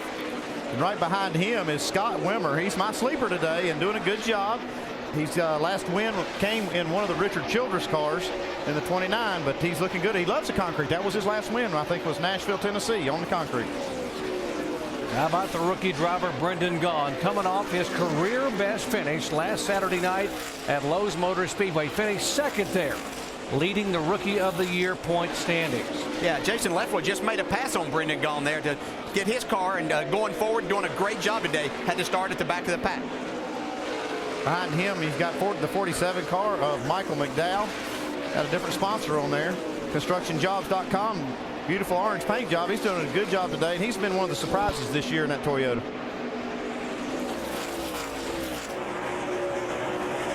Got a wreck over here in turn 3, guys. Out, one in the wall, turn 3. That is the 5 car of Ryan Newman again having trouble. He already had a damaged race car, and now it's heavily damaged. Andy, that goes back to just what you talked about. You haven't having one of these cars crashed and maybe have something rubbing that you really haven't gotten fixed. Yeah, and that's the bad thing about this racetrack, and I've always been very gun shy of that. When you do have a damaged car, there's Chrissy Newman, Ryan's wife. Looks like they're done for the day. Ryan, the first of 4 events he will drive the 5 car here, and not the way he wanted to begin the year, driving for Rick Hendrick and Dale Earnhardt Jr. There's a piece of the tire. Looks like it came apart maybe from the tire rub. Oh, yeah. Ouch. Not a good place for that to happen, but that's the absolute worst. There's a crash over there, turn 3. That's us. Just glad Ryan Newman's okay from that hit. 6th caution flag of the day, and Ryan Newman will head to the garage area. And everyone is in their fuel window, so we should see everyone, all the leaders, being able to make their way onto pit road for what could be the final pit stop of the day. And we saw Clint Boyer. He was making his way up to the 2nd spot there, getting some pressure or putting some pressure on Joey Logano. He is going to make a pit stop. His pit stall is the very first pit coming in. It's actually the last pit stall on pit road. So he's got maybe a little disadvantage as far as a pit pick, but we'll see what they can do right here on pit road. I don't know. Of course, there used to not be a 43rd spot, so that's great. But there's a lot of room there. They can get in without having to follow the other guys down. They can get to their spot and then get out. Following the pace car, they're slowing down to 35 miles an hour. So let's go down for what could be the money stop. Our Toyo Tires triple pits, starting with Jamie Little. And I'll tell you, it's quite a run to come all the way down here to Clint Boyer's pit box at the very end, as Andy was saying. He said the car is good, leave it alone. He wants Sunoco fuel and 4 tires for the 29. Dave? Jamie, the adjustment you won't see on the 18 car is the air pressure they're putting back into the right rear tire. That was something they took out earlier. Kyle said, I'd like that back. Let's not make a wedge adjustment or anything. Just put that air back. That'll help that turn that I've been looking for. Shannon? Dave, Joey Logano pulling his car in right now. Is still a little bit tight. They do have a little bit of left front fender damage. You'll see the extra guy go over the wall to pull that out a little bit. It's going to be 4 tires. They're going to make a wedge and air pressure adjustment for this 20 car. They're on both sides, top and bottom. Left side tire still going on the 20 car. There goes the 18 and the 29. It's like Boyer got him at the end there. Boyer will gain 2 positions all the way from the other end of pit road. Great job by the 29 crew. Logano loses a spot. David Reagan up 1. And Brad Keselowski back to 5th position. The race-off was very tight for 2nd place. Was it Logano or was it the 29 car? No, it was the 29 of Boyer, then Logano. Back with the green flag after this message and a word from our ABC station. Thursday, Jimmy's jumping into primetime with all-new NBA Finals specials. Superstars will join him with Will Ferrell, Denzel Washington, Jack Black, Dwayne Wade, Eminem, and more. Jimmy Kimmel Live, game night starting Thursday, 8 Eastern, 7 Central after Game 1 of the NBA Finals on ABC. We are under caution now for the 6th time today. A very, very wild ride for the 5 car of Ryan Newman. Let's ride along. Do you have to? Man. And Shannon has caught up with him. Tough day for Ryan Newman, Doc. Can you just walk me through your day on the track? Well, I made my own mistake with the Fastenal Chevrolet and sped down pit road, and that got us back in the back. And I'm not sure what happened with the 66, why he checked up going into one, but I just had to avoid him. And when I did, it spun the car up and knocked the body off of it. And we were loose that entire run after that, just trying to hold on and finish the race. But we exploded the right rear tire down the back straightaway, and the walls here are still not soft. They still hurt, but got to thank everybody at Junior Motorsports for the opportunity and Fastenal for being on board, and I look forward to racing some more. We just, I got us in a hole and we never got back out. Ryan, I've been in your pit box and I've seen some right rear tire cording pretty much all day. Do you think this is something that's going to carry over to tomorrow's Cup race? It's the same tire to my knowledge, so I don't think it can get any better. You know, the track's got 43 cars on it, you know, laying rubber, so we'll have to see what tomorrow's like, but I wouldn't say it's going to be tire problem free. All right, Ryan Newman, this was his third start at Dover, guys. This was a great track for him. Duck? Scheduled to start 11th tomorrow in his U.S. Army Chevrolet. Tough day for Ryan Newman here. The first of 4 races he will drive the 5-car. He'll also be in it at Chicago, Bristol, and Kansas City. Yeah, one reason this is an extended caution period, they're just blowing this track to make sure they get all the debris off, just so we don't have another cut down tire. Yeah, and to go back to what Ryan's talking about for tomorrow, of course, as we know, those cars are harder on the right side tires. Goodyear has a very tough time with this racetrack. This is a very abrasive concrete surface, and to try to get something that's not so hard that the guys are just sliding around that they can be aggressive and race with, then they take that chance of wearing it out. And rubber just doesn't seem, this track just not taking the rubber the last couple of years for some reason, and then we're seeing excessive tire wear. Kyle Busch is our leader. He has led twice for 45 laps today. Now, he has officially gone over 1,000 laps led for the 2009 season. Kyle has 3 wins, California, Texas, and Richmond. He won this race last fall from the pole. And, of course, he had to pass his teammate Joey Logano, who was the pole sitter, to assume the lead here with 65 to go. Let's check in on the 18 pits. Dave. With Jason Ratcliffe, and you know, this reminds me a little bit of Nashville when an 18 and a 20 car earlier this year fought it out. You didn't prevail that day. Do you have a leg up on Rogers and the boys so far? It's going to be whichever guy gets off pit road first, it looks like, which my guys have been doing a great job today on pit road. Had a couple of miscues on the first 2, but good one on that one. Food Line Toyota's been good. We've had to work on it pretty hard. These guys, they've been swapping tires around, air pressures. We've been throwing a lot at it. Kyle's done a good job to keep it up front, and went a little too far on that last adjustment. Went about halfway back right here, so we'll see what we got. All right, thanks, Jason. His guy continues to lead the Joe Gibbs parade up front, Doc. Thank you, Dave.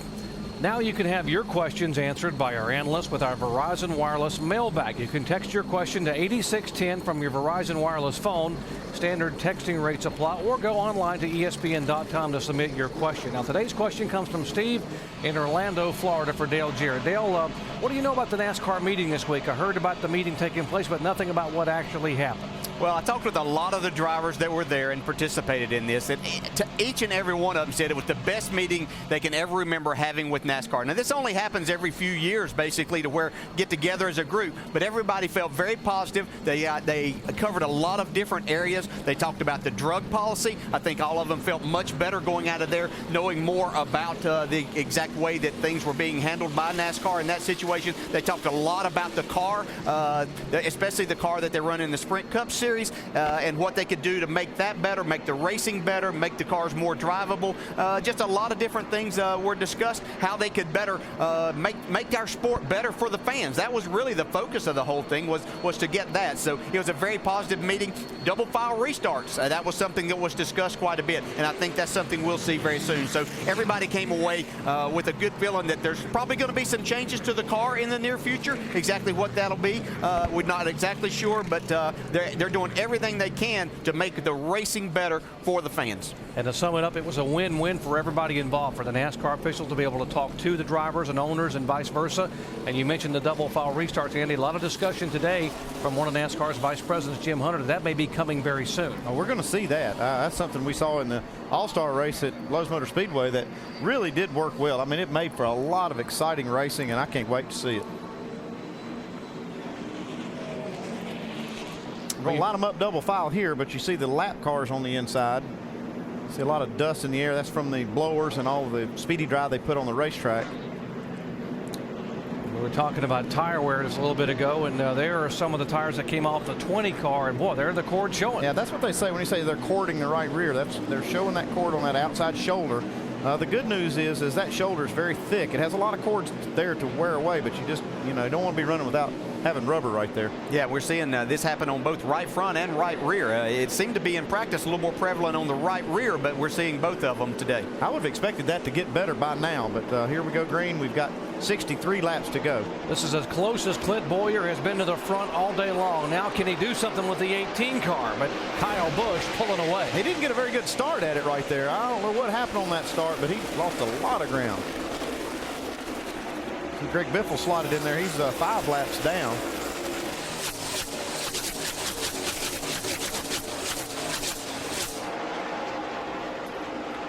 Taking Clint Boyer a little while to get his June bug on a string wound up there, but he's finally starting to come up to speed. But now these, on the inside is Logano.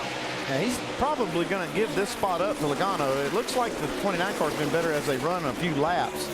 Not been very good, but he didn't get a very good start right off the bat. You can see both those cars sliding a lot as they came out of turn 2. David Reagan right there, ready to take advantage. There's Keselowski looking on the high side of Reagan, 4th position. That's for 4th spot. Yeah, here goes Logano looking to the outside, but that opens the door for, we got trouble here, Greg Biffle. Yeah, that kind of bottled everybody up right there. Biffle's been into the wall again. And we stay green, no caution thus far. Biffle trying to get that car to the inside of the racetrack. 3 more, and I'll get you down. Clear low. It's tore up pretty good right here, Eddie. Clear low. Don't bust a tire here, bud. Here, guys, got a bad right rear tire rub. In fact, that was a break for Boyer because he was just getting ready to lose that spot. He still may lose it, but gave him a little bit of a break. You see Kevin Harvick back in the mix here. Looked like they might have worked on that 33 car.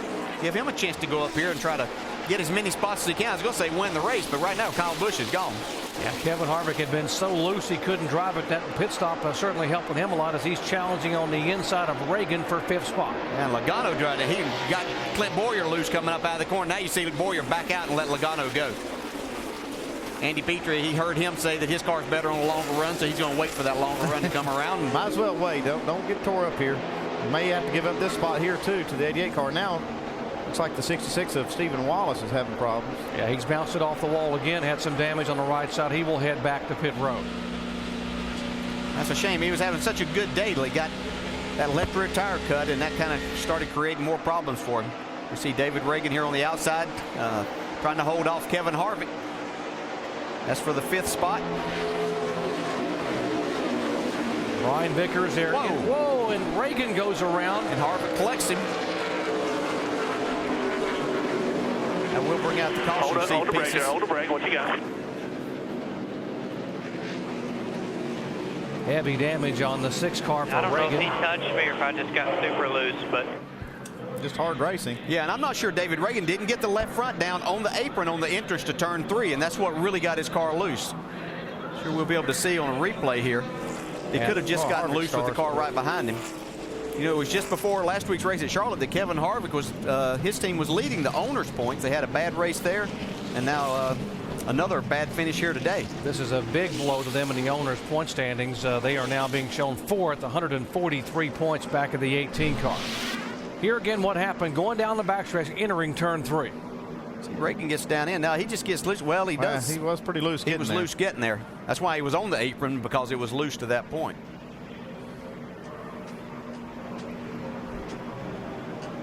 Seems like after these guys make that last pit stop, they know they've got to start getting it done, and intensity level comes up a little bit. Yeah, that and these guys that have been pushing have freed their cars up some. They've got still low air pressure, even though we've run a few laps here. The air pressure's still down. A lot of damage to Harvick's car. And that's what they got to be careful of. Right here, they've just got to get this car fixed right before they send Kevin out, because they don't want to have a problem, just like we saw Ryan Newman out there with a damaged car, blows a tire, gets in the wall. Now, these guys are very valuable to their Cup race teams, and they don't want to get out there and risk these drivers, especially after you've already had a bad day. Yes. This was the car that Kevin Harvick won with at Bristol, Tennessee back in the spring, getting his first win in his own car.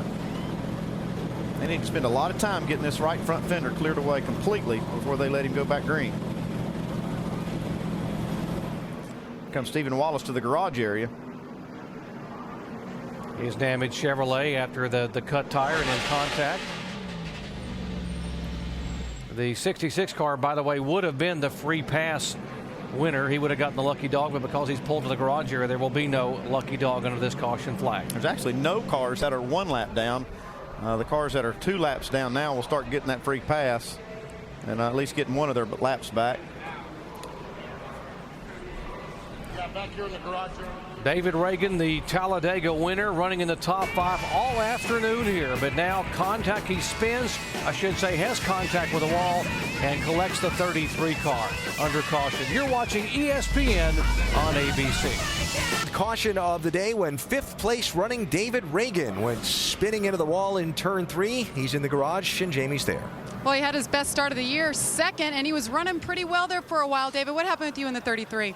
I don't know. I'll have to see a replay. I just drove in and got really loose. I don't know if he touched us a little bit. We were racing pretty close, and our discount tire Ford was fast today. It had a lot of speed. We were making small adjustments on it, trying to, just trying to get ready for the last 50 laps, and just drove in. Looks like I got really free, and the 33 didn't have anywhere to go, and certainly hate to collect other guys out there on the racetrack on a mistake on my behalf. But real proud of our team. We had a good run today, and we'll just have to wait and get them next time. Been a good run for David Reagan. He will be out of the car the next 3 weeks as Eric Darnell will take over the 6 car. Alan. Okay, Jamie, and with Brad in the pit studio, NASCAR tracking 2 sets of points, the Drivers' Championship and the Owners' Championship. We talked about Kevin Harvick in the 33. David Reagan, Jack Roush, and the Roush Fenway team also competing for that championship. And those points are going to take a little shuffle with the results of this one. Yeah, really are. Kevin and Delana Harvick had, were having an outstanding season, really closing in on that 3rd place mark. But that's a hard hit for everyone, and you never see someone like as talented as a David Reagan just let the car get out from under him. It just shows you how difficult and how aware you have to be at all times at this racetrack. We were talking about going to Nashville next week. Last time the Nationwide Series was in Nashville was earlier this season. And the Joe Gibbs Racing teammates that are running 1-2 here in Dover finished 1-2 at Nashville. Back and forth they went. The winning pass was the youngster, though, on his slightly more experienced teammate. Yeah, he made an incredible pass, and he held the car down really low, very fast, just like he is today. Same 2 guys up battling it out. Will we see the same result? Joey Logano edging Kyle Busch on that day, though Kyle is the leader now. Talking about Nashville, it is next Saturday night on ESPN2. Our coverage presented by Pennzoil at 7 o'clock Eastern Time. Carl Edwards leading all drivers with 3 wins at Nashville. And, of course, this begins the summer separation stretch. Yeah. Normally the Nationwide Series and the Sprint Cup Series runs at the same racetrack on the same weekend. For the next 3 weeks, different places on those weekends, and that's the first of them at Nashville next weekend. Restart with 50 to go, Doc. Let's see what happens. Should get exciting. By the way, Logano will not be in the 20 car next week at Nashville. Brad Coleman takes over, so how excited should he be to get in that 20 car, which has been so good all year long? The 18 car, Kyle Busch, trying to hold on to get his 4th win of 2009. And folks, this would be Kyle Busch's 30th victory in major NASCAR racing since the beginning of last year. That's a lot of wins. Yes, it is. And just as we've seen, he's really good on these restarts. He's already stretched it out to about 5 car lengths. And he's won so many of them, but also had some really bad luck the last few weeks and should have won more. Yeah, Kyle has led the most laps the last 4 races in a row and only won 1 of those 4. That was at Richmond.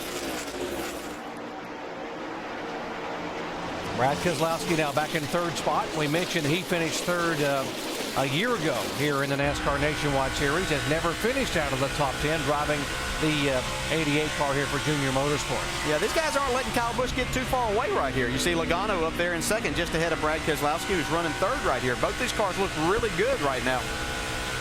They've actually pulled back up a little bit to Kyle Busch. Brad's had a great day. Shannon? The car's just been a little bit loose for Brad Keselowski all day, but right now it's hooked up under that last caution. He was asking his crew chief, Pop Senior, what he needed to do to get up to the 18. His crew chief said the 18 is better on the short runs, slower on the long runs, but of course Brad said that's after he's already a 2nd ahead, so he knows he has to get a good start right here. Yeah, that's the key. Don't let these guys, if you've got a car that's good in a long run, you really got to focus on these first few laps of these runs so you don't have so much ground to make up. 12th position, the 38 car, Jason Leffler, continuing to move toward another top 10 finish. See if he can get a couple more spots. He goes by the rookie Brendan Goff.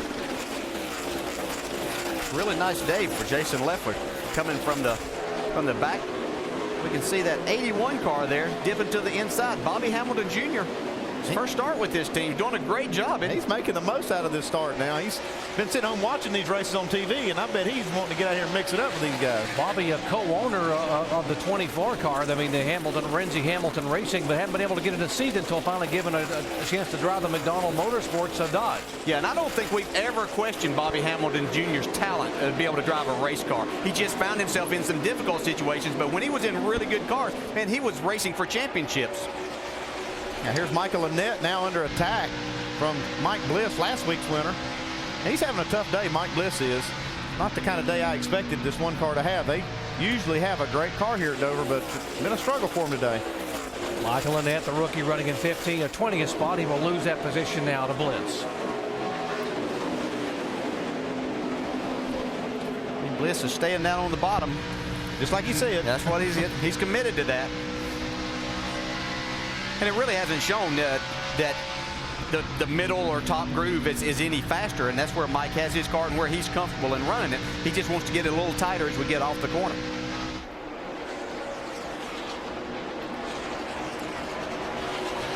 Well, it is Kyle Busch, Logano, Keselowski, Boyer, and Vickers, the top 5. And then Carl Edwards, Paul Menard running in 7th spot. Oh, trouble on the front stretch. Oh, that was a hard lick right there for Lagasse, and he's going to hit again. Oh, my goodness. Yeah, he got turned from the right rear coming out of turn 4 down the front stretch. Those are some extremely hard hits. It's good to see this winning net now coming down. That's a sign that they're told to give if they're okay. And remember, the safer barrier, the soft wall, wasn't here the last race. They just put that in. Come on, get out of that thing. Man, that was a hard look. I don't know if a lot of hard look. For those that watched the countdown show, we heard Scott Lagasse say he loved to race here. Had kind of a love-hate relationship with this. He loved racing here, but he's had some really horrible luck, and that continued today. He's going to leave here hating it, I'll tell you that. That had to hurt right there. I'm not sure who the car was that was on his right rear quarter.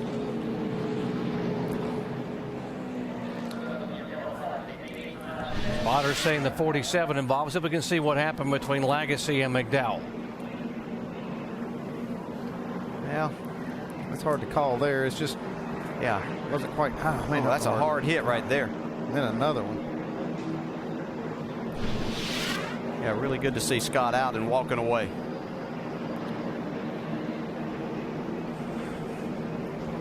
Part of this very impressive rookie class here in 2009 again. Back in 21st. These guys are just racing hard. That's really hard to place blame on that. It just wasn't quite clear. Looked like maybe the 47 did come down a little bit. Yeah, just one of those other things that makes racing here so difficult. You're in such a strain coming up out of the corner. Man, it's a big angle right there. Wow, the outside barrier again down in turn 1. Under caution now for the 8th time today. We told you that they nicknamed this place the Monster Mile almost 40 years ago because it can just grind up race cars in a moment's notice. Scott Lagasse, the latest victim. Back in just a moment.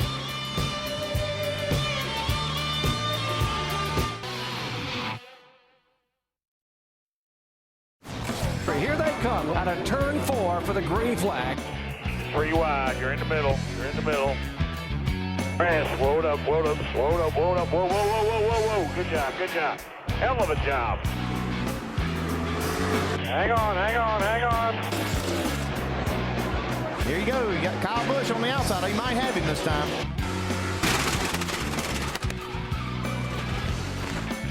There's a crash over there in turn 3. That's us. Looks like they're done for the day. The Monster Mile has been mean today. This place doesn't care if you're a veteran like Ryan Newman or a rookie like Scott Lagasse. It can take you out in a hurry. And kudos to the folks here for putting that safer barrier up down on the inside pit wall. That is one of the new improvements there, and that's exactly where Scott Lagasse hit at over 135 miles per hour. other safety maneuvers and the things we use in the car? Well, for more on those, let's go down to our Craftsman Tech Garage and Tim Brewer. Thanks, Jerry. The soft walls were a big contributing factor to saving a young man, but still yet, the way they affixed the head restraint system, the Hans device, it actually goes over the driver's shoulders, but it's attached right here to the side. It doesn't let the head exceed the expectations of, heavy damage to the neck and spine area. And one of these Hans devices that come around after the death of Dale Earnhardt down at Daytona, and this thing has saved a lot of guys. Tim, you're exactly right. That Hans device being able to keep the helmet and neck in position together as they move forward. That's the key thing, is just try to keep everything from getting out of place. I mean, they've got some other head supports inside the car.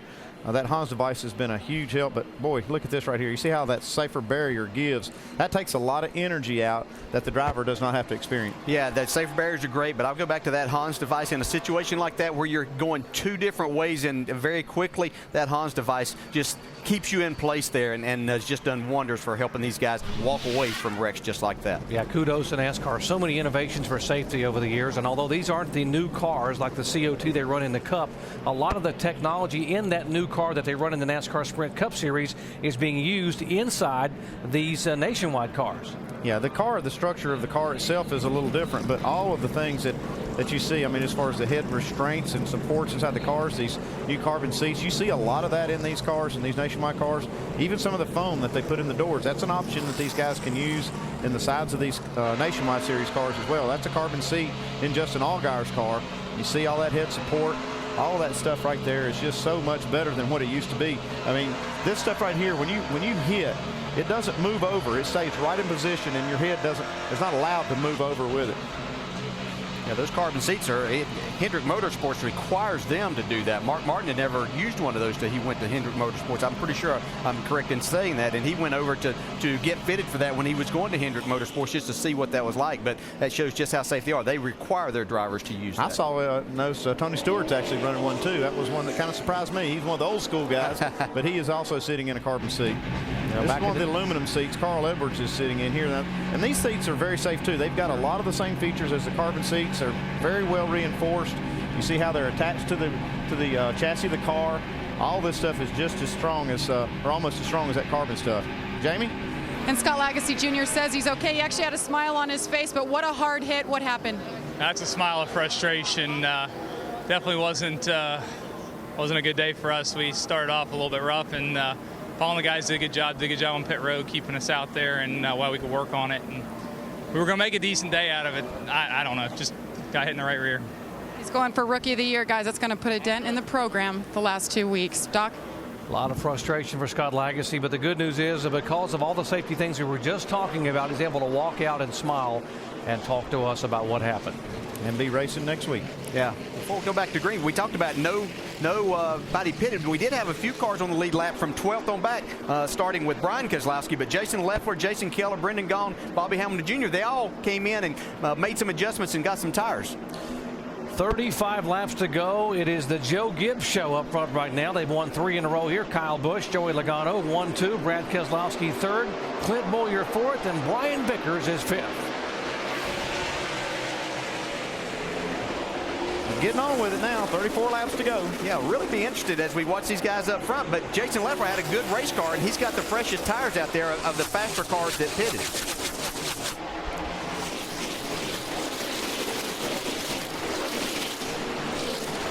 We are showing 18 cars on the lead lap. Kevin Harvick, the last car on the lead lap. There's Leffler, the 38 car, left side of your screen, the one you're talking about, DJ.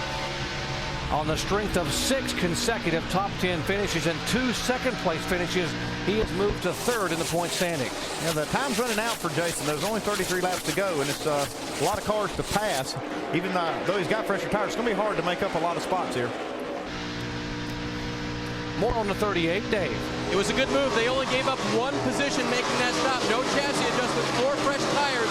And this is the guy that called his car about 60 laps ago junk. They've worked on it, taped up the front end, and he thought it was pretty good with 4 fresh tires. Maybe he can get a few spots here at the end.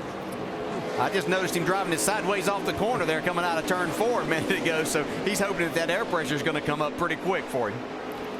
Started at the back of the pack because of adjustments after the impound, so he's had to come all the way from the back. He drove in the top 20 in the first 35 laps. now being shown in 12th position with 31 laps to go. Here comes Justin Allgaier racing inside of Scott Wimmer. That's our two sleepers there battling now. Yeah, let's let them battle it out, see who comes out on top. My man's got some work to do. That'd be for ninth spot. Yeah, Justin's doing a great job here. There comes last week's winner, Mike Bliss, into the picture again now, back in the 11th spot. They finally got this one car woke up just a little bit now. Yeah. He's been struggling off the corner all day, and you can see Scott Wimmer struggling a little bit off the corner, too. Looks like his car's gotten a little bit loose. And one thing, you see some shadows. They're starting to get longer, and their track could be cooling down just a little bit and coming around to Mike Bliss. Good shot here on the end card. You can see just maybe what his car is doing by what he's doing with the steering wheel. Doesn't look like he's fighting a loose condition right now. Look pretty smooth. Pretty smooth right there. And Scott Wimmer holding him off. So give a call to Scott and that whole Curtis Key Motorsport team, Gary Showalter and company. Their best run of the year thus far. Having a great run so far.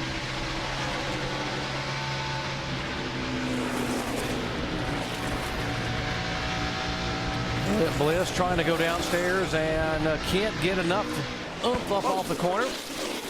And nearly gets tagged from behind. Here comes Leffler on the bottom of the racetrack. Man, they were looking at 3 wide getting into the corner. They can't do that here. You can. It usually doesn't turn out too good. Yeah, I guess you can. I wouldn't recommend it. At least don't try it at home.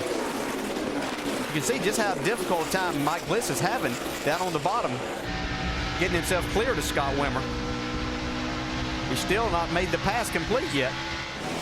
9th, 10th, and 11th on your screen, and now Leffler saying, get on by him so I can get by and get a shot. There you go. Guys, I got fresh tires and laps to run out. Keep digging. Put it all around.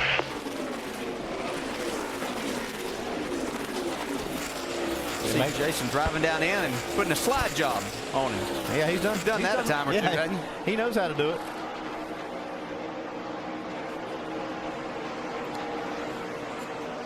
Bit 25 laps to go. Can Kyle Busch hold on and pick up his 4th win of the year?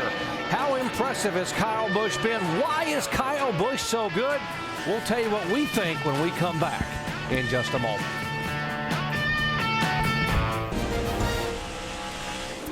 Laps clicking away here in Dover, Delaware.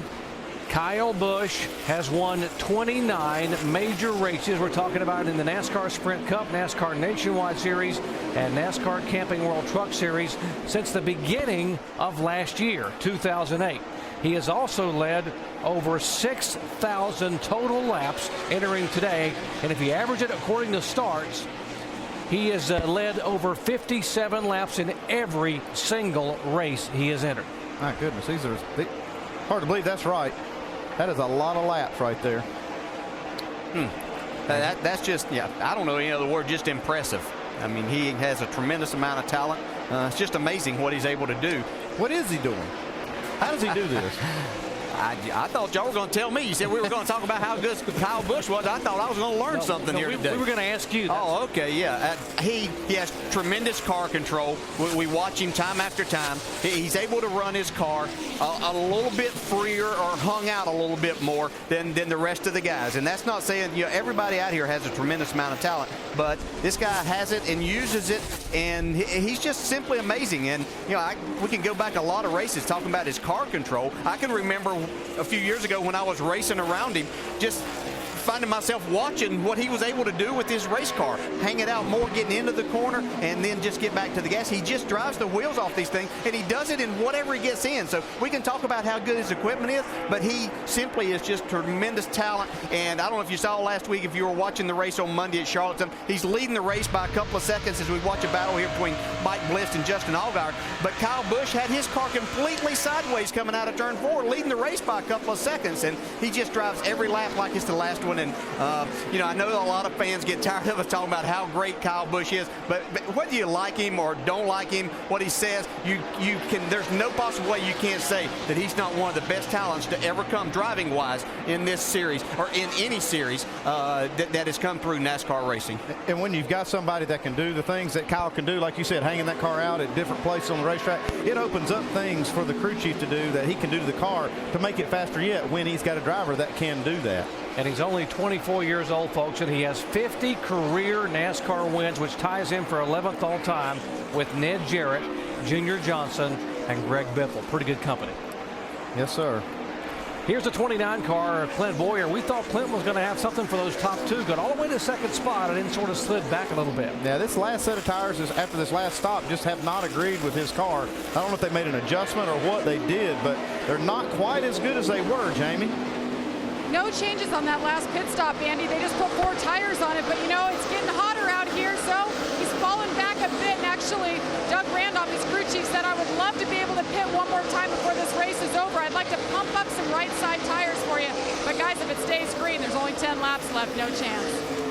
Well, let's do a little what-ifing, guys. 10 laps to go. We've had 4 green-white checkers this year. What if we would get a caution here in the final 10 laps? Well, you better say it quick because these things click off fast. But it would be hard for these front runners to make a pit stop if we had a caution right now. But now there will be some cars at the back half that will come in and get tires, and be interesting to see what would happen if it would happen like that way. Yeah, just what they're talking about. I talked to a number of drivers that talked about that all they did was change sets of tires. Their car was either pretty good or a little on the tight side. All they did was put on another set of tires in practice, and it went to the loose side. As we see Paul Menard take that spot away from Scott Speed there, and that moves Paul Menard into the 7th spot here today. It still looks like Speed working hard to try to get that spot back. Scott Speed would tie his career best finish of 8th at Bristol early in the year. If he can make this pass, it will be his best finish, getting in the 7th spot. Yeah, we're riding along with Justin Allgaier, who's moved himself up into the 9th spot, and Jason Leffler's moved into the 10th spot, so another top 10 run for him. That would be 7 in a row top 10 finishes and 9 of the last 10 races for the 38 car of Jason Leffler. Tell you one guy that's been quiet today, and that's Carl Edwards. We haven't seen him or talked about him much, and that's unusual in any of these Nationwide Series races. He's only running 6. Oh, Scott Wimmer's blown a tire. Hold it down. Caution's coming out. Okay, guys. Come on down. Come on down. Now here's the caution we were talking about, the what if we mentioned a moment ago. But here's the what if. There's only 7 laps to go now. There's going to be 6 laps to go when the leader gets to the line. Not going to have many laps to go here, so the leaders will stay out. I can't see really anybody being able to pit, but this is the risk that they're going to take because this is about the most laps we put on a set of tires, even though we've had some cautions in here, Andy. This is the most laps they've put on them, and that's what's happened here. You know, this is why you got to be so careful not to abuse one tire or the other, because if you do, you can see what happens right here. Scott Wimmer does a great job not to hit the wall here, but he does have damage from the flat tire. Yeah, man. He had 62 laps on these tires. And a good, very good run for Scott Wimmer goes away now with a cut tire on the right front. I'll tell you, there's a lot of guys out there would love to come down pit road right now.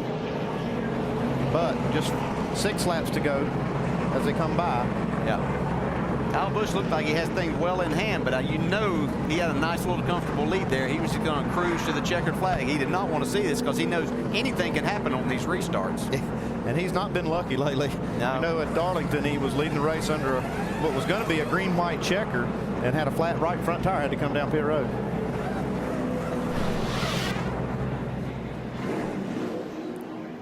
So if you can see Wimmer come by. And, see the tire blow right there. What great camera work, guys, man. If you're going to have one to blow, though, that's not a bad spot, just as you're still on the straightaway. That allowed Scott Wimmer to kind of use a little bit of brake and not be barreling off down into the corner. What a tough break for Scott Wimmer, the former winner here, and was having a finish that could have put him in the top 10. He was running 11th at the time. Well, Kyle Busch has led the most laps the last 4 races in a row. Today would make it 5 in a row, but he's only won 1 of those races. Green flag is out on the end of pit road, and so far, nobody taking it. Scott Wimmer's the only car there. He's trying to come in and get that damage fixed. 17 cars are on the lead lap. Brian Kozlowski, the last car on the lead lap. Let's check in with some crew chiefs to see what they're thinking. Shannon down in the 25th. Well, down here with Dave Rogers, you definitely had the dominant car coming into the race. Do you guys have what it takes to get the 18 in these last few laps? I don't know. We're real happy with our GameStop Toyota. I wish we had a few more laps. I think Kyle got into a lap car there, and I think he picked up a push. I think we could get him if we had more laps, but green-white checker, Kyle Busch leading, it'll be tough. All right, guys, and watching those last few laps, Joey Logano was definitely catching the 18 team. Dave? All right, with Jason Ratcliffe now. We just talked to Dave Rogers. He wants a few more laps. Do you want to give him some extra laps to try to win? No, I need a few less. Go ask him if he'll give me a few less. Yeah, we'll get right back to him on that. Your car has been quite good, although your driver's complaining a little bit now about tightness. You think he can hold off Joey and everybody else? I think track position's a big deal here. You know, I'm hoping these tires will cool off. They've been coming back on every restart, so hopefully they'll cool off here and be good for at least, I think we'll probably have about 3 laps left in this thing. Kyle's doing an awesome job. We're too tight. I mean, we need to come in and make some adjustments on it, but with this many laps to go, tires are it's just not worth doing it. So we'll ride it out here. We got the best driver out here, and I believe he can do it. And they got the best track position right now as well. Jamie? And Doug Randolph for Clint Boyer. I know I heard you say you wanted to come in and take right side. You opted to stay out. Now that the tires have cooled down a bit, can you guys catch them? Well, I really hope so. The Holiday Inn Chevrolet's been running really good today. We seem to be a whole lot better on long runs. This set of tires that we have on the car seems to be a lot freer than the other sets we've had today. So we're hoping everything will cool down, our car will tighten up, and we'll see. Obviously, some things might happen up front, and we're just trying to get in position, take advantage of it. Well, his man, Clint Boyer, is a wheel man. He's won here before, Doc. Well, anything can happen, as we've seen the last few races here of the year. Remember, we talked about Kyle Busch has led all these laps in the last 4 races, only won once, and in fact, he had a near miss a moment ago with lap traffic. Trying to work his way through the pack. There's a 0-7 of Mike Harmon. Yeah, got against the apron there, getting in the corner. Yeah, just like for those guys to let you know which way they're going or where. But it's been an adventure, and it is here because you catch a lot of these cars so quickly. They just don't have time to react. DJ, you've had a lot of teammates over the years. I know you guys are friends as teammates, but when it comes down to the final laps and winning a race, I know Joey Logano is the junior member of the Joe Gibbs team, but would he put the nose of his Camry up against Kyle Busch to win a race? I don't know if he's going to actually hit him. He might try to get as close as he can to see if he can loosen him up. But I think one thing that probably is entering Joey's mind right now, Kyle Busch has really helped him a lot with those cars in the Sprint Cup Series. How to drive them, the feel of the cars. And I think he probably has that on his mind. As much as he wants to win this race, he probably considers the partnership and friendship that they have there and what he's been able to draw from Kyle Busch a little more important than going out and knocking him out of the way. I think he'll do everything he can without putting either one of them at risk. Now, Andy, if Brad Keselowski or Clint Boyer get there, look out. That's what I was getting ready to say. Y'all were talking about those teammates. I know that Keselowski's hungry back there, and he's not worried about any of that. He wants to win. Nothing hunts better than a hungry dog, and right now Brad Keselowski and Clint Boyer are hungry, and so is Carl Edwards, who has not won. Amazingly, has not won a race in 2009. He has finished second 4 times. He's been able to hang out in 6th here, and that, he's not going to lose a lot of points in what's not one of his better days. So he's got Brian Vickers right in front of him. He'll try to take that 5th spot away. All right, let's see if the monster's going to bite somebody else here in the final 3 laps. Can Kyle Busch hold him off? Here we go. Logano gets a great start. Yeah, he was ready for Kyle Busch right there. He's against him right there. He got him. Here goes Keselowski for the lead. The contact, Busch across the track, but he also gave away the lead. How about that? Oh, trouble back there. Kyle Busch looked like he might have a tire down. He's got something wrong now. Pushing and shoving. It'll be white flag next time by for Brad Keselowski. Battle for second continues. We did not expect this kind of finish right here, boys. Second place. Here goes Boyer on the inside of Logano. Can he get him? Less than half a lap to go. We told you strange things happen at the Monster Mile, and what a finish here at Dover, Delaware. Brad Keselowski comes out of 4 and will pick up his first win in 2009.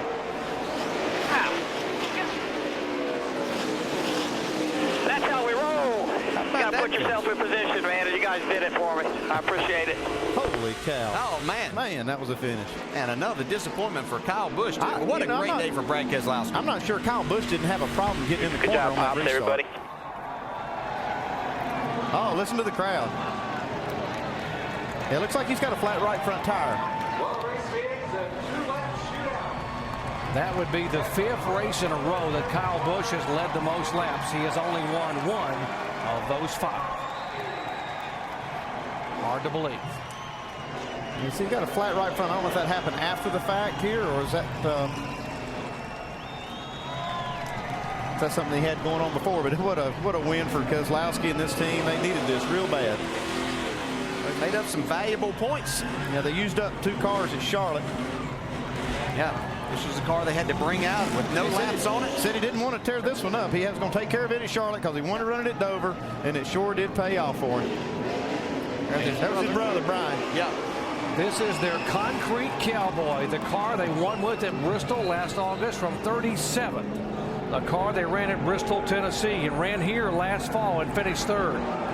And as you said, it was the 3rd car. It was the last one they had to run at Charlotte a week ago, and he logged a top 10 finish.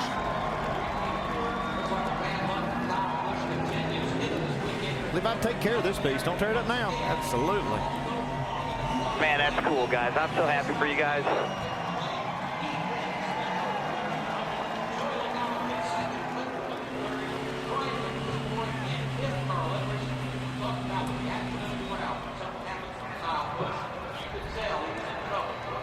They couldn't go around. This is Kyle Busch backing up to try to, you have to go into the garage area off of turn 3 now.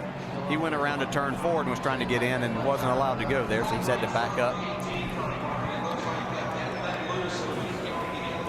Well, let's listen to some very frustrated radio from the 18. Sorry about that, dude. That's pathetic right there. Guys, keep your mouth shut.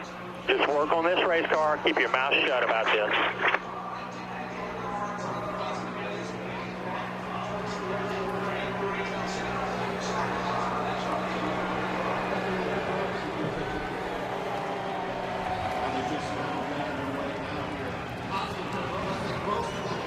Got to wonder what's going through Kyle Busch's mind right now. Was the tire going down? Was that before or after the slowdown in the contact? Yeah, that's the big question because Logano definitely got against the bumper, and I don't know if there was something wrong or what. You did hear from these guys, see what they say, but it's hard to tell whether he had a problem or not. Yeah, with the frustrations have been mounting for Kyle Busch with all of this. Let's watch this restart. They both get going, and Logano gets a good start, stays right next to Kyle as they get to the corner. Yeah, hard to tell from that angle. Well, he was right on him, and I think he had a problem because you don't see any contact with the wall here. He did have a flat tire when the race was over on the right front. If you get up in that into those marbles and get that all over your tire, you know you can cut the tire then, or you just get all of that all over your tire, and then he knew that there wasn't any reason to drive it hard from that point. Everybody had passed him that he was racing. But like you said, Joey Logano has had so much help. That's Dale Earnhardt Jr. congratulating his driver. What a week it has been for Dale Jr. Be able to smile there and go get his car in victory lane. 3rd win for Brad Keselowski. First time ever at the Monster Mile.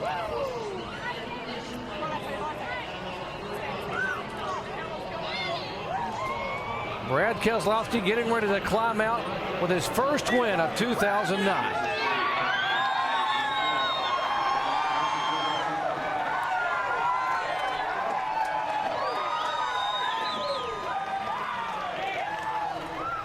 What a season it has been for Brad Keselowski. All right, you said you knew you needed to get in front of the 20 and the 18. Walk me through what happened when you saw that door open. Well, I saw the 20 make a move there, and it looked like something happened to 18. I think he might have had a flat tire. I'm not sure, but we caught a break. And as bad as the first half of our season was about not catching breaks, we finally caught a break. And this team deserves it. GoDaddy.com deserves this. I got to thank everyone, Bob Parsons, GoDaddy.com, because I missed the Cup show. I just flat out missed it. I felt terrible yesterday. I felt terrible for them, so I got to put them in victory lane. I hope they're happy about that. I just can't tell you how much I appreciate these guys' hard work and all these fans that came out here today with everything that's going on to make those sacrifices. I think they got one heck of a show. One of your biggest supporters, Dale Earnhardt Jr., leaned in and said something to you before you got out of the car. What did he say? Just, way to go. Way to go come through in tough times, because I think the whole group is going through some tough times, and this is some pretty good medicine for everyone. And this is some very good medicine. All these 88 guys getting crazy in victory lane here today. Duck? 3rd career victory. There is the co-owner, Dale Earnhardt Jr., who co-owns the car with Rick Hendrick, and the celebration. Pops Yuri there to the right. There's Pops with the white beard, goatee. 7th top 10 finish in the last 8 races for Brad Keselowski. This team has really come back. Let's go down and talk with Joey Logano. Dave. Well, since he pulled up here in second place, he's heard a lot of voices in his ear. He's watched a replay. You've loudly kicked yourself a couple of times, Joey. What are your emotions right now? I just screwed up. You know, he's been kicking my butt every restart, and that was the one restart I had a good one at least, and I got up behind him, and I figured he was going to drive off into the corner harder. And like he's been killing me in the first corner every time, and he checked up early, and then as soon as he checked up, I was right on him, and I was going to try to get to the high side through that corner, and as soon as he checked up, I got in the back of him, and up the track he went. I mean, it's completely 100% my fault. I take total blame for it. I got to find him and apologize to him, but I don't know. I mean, I was hoping, I was thinking he was going to drive in harder in that, and he just didn't. Was your restart that much better than yours had been earlier in the race? Yeah, he had a different gear ratio in the transmissions to help his restarts. We were trying stuff, and yeah, it was better than me. And I think on old tires, he was just spinning his tires a lot, and you know, it was the one restart with old tires, and I was able to take off with him. So just, I don't know. We had a great GameStop Toyota, though. I mean, I tell you, it's a really good car. I mean, short runs were really good. Longer runs, we kind of lose it for a little bit. So, I mean, you guys did great. I just screwed up. How do you repair this, Joey? I'm about to find out. Joey Logano finishes second today. Shannon. Well, down here with team owner Dale Earnhardt Jr. Dale, I know it's been a long week for you guys on the Cup side. What does it mean to start your official weekend here on a Saturday with a win in Victory Lane? Well, you know, that was some tough luck by the Give guys there. They had everybody covered all day, and we just were able to be in the position to capitalize on what happened. And Brad drove a smart race, and he had an awesome car. GoDaddy Chevrolet was running good all weekend. Tony Senior did a good job, and our Hendrick motors were performing good all weekend for both cars. So we're real happy. It's great for our team. We needed a win. We needed some momentum and get confidence back in the team, and the guys are really pumped up. They'll enjoy this one. Congratulations. Good luck tomorrow. Doc? Celebration in Victory Lane for the 88 team and Dale Earnhardt Jr. and absolutely nothing but total frustration for one driver who had led the most laps, 108 laps for Kyle Busch today. Fifth consecutive race that Kyle had led the most laps, and wow, did not go to Victory Lane, and it was just 2 laps away. Tough break, but I swear it looked to me like he had some kind of problem, and you know, I'm not sure. Joey's as confused as we are. He didn't really know what happened either. Yeah, and Kyle, I mean, it is very frustrating. I mean, look how many times he's had a chance to win here, and let's not say that he's doing the wrong thing here by declining to talk to us, because that is very frustrating. And you get in these situations, I can assure you, sometimes you say the wrong thing, and it's better at these times not to say anything and just let it go, and he and Joey will talk. And he's got another race to run here. They're going to run the truck race right after this one. Let's go down and where Dave is caught up with Carl Edwards. And he's been debriefing with crew chief Dan Stillman on a day that was not as stellar as it could have been at the front of the field. Carl, what were you going through in that 60 car today? Just going through some vitamin water, that's for sure. It's hot. But we took that Ortho Fusion, and we thought it was going to be really good. The track conditions are a little different, but there's really no excuse. We've just got to be faster. I was just telling Dan, with that balance and the car feeling that way, we've won races here. So, you know, Dan and Mike Tam are going to go back and work on the thing this week, and that's what we need. You know, it's hard watching that 18 and 20 and those guys just check out and beat us. So we just got to do our work. They're doing theirs. This is a team that's going to go to hard work as Carl continues to fight for that championship with that 18 car. Doc? Carl Edwards, a top 5 finish, and now finds himself 40 points behind the 18 car in the NASCAR Nationwide Series standings. Well, how could you not love what you just saw? NASCAR Nationwide action. You want a ticket to the race? We're in Music City, USA next Saturday night. Nashville Super Speedway, then Kentucky, the Milwaukee Mile. You can read there. Go back to Daytona on July 3rd for our nation's birthday celebration. If you'd like tickets, www.nascar.com/tickets. A great day, typical Monster Mile finish in Dover, Delaware, and wow, once again, Kyle Busch dominates, but ends up disappointed. Yeah, and we saw a lot of guys have problems. This track did exactly what we've seen in the past. It took its toll on drivers and cars.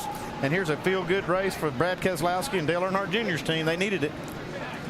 Well, 4 weeks ago, Brad Keselowski led only 500 feet to get his first ever NASCAR Sprint Cup victory at Talladega. Today, Allen, he led the final 2 laps, and that's all, but he's in victory lane here in the NASCAR Nationwide Series at Dover. Yeah, Doc, second week in a row, Kyle Busch dominated, and somebody else took the trophy home, and you could see the frustration on that man's face. It's the old wide world of sports saying the thrill of victory and the agony of defeat. Yeah, he You're really seeing wants it right now. Well, he wants to lead laps and win races, absolutely. But Joey Logano, hey, what about good hard driving by Joey? And he was at fault, but it wasn't a vicious mistake. He just was driving that race car as hard as he possibly could and had a problem. So Brad Keselowski celebrating with the Monster Trophy in victory lane. Couple of notes here. Wednesday on ABC, an all-new Wipeout at 8/7 Central, followed by the Good Family, all new at 9/8 Central. And don't forget, tomorrow, more racing on ABC. The IndyCar Series heads to the Milwaukee Mile, where Indy 500 winner Helio Castroneves tries to win 2 in a row. That's at 3:30 Eastern on ABC. Thanks for watching ESPN on ABC. Brad Keselowski is your winner at the Monster Mile today in Dover. The Joe Gibbs Racing Team led 195 of the 200 laps. The Monster consumed its share of race cars on the day. But in the end, a restart with 2 laps to go was the deciding moment. Something may or may not have happened to the 18 car. We know the 20 car got into the back and pushed the 18 up the track, and Brad Keselowski went through for the win, leading only the final 2 laps.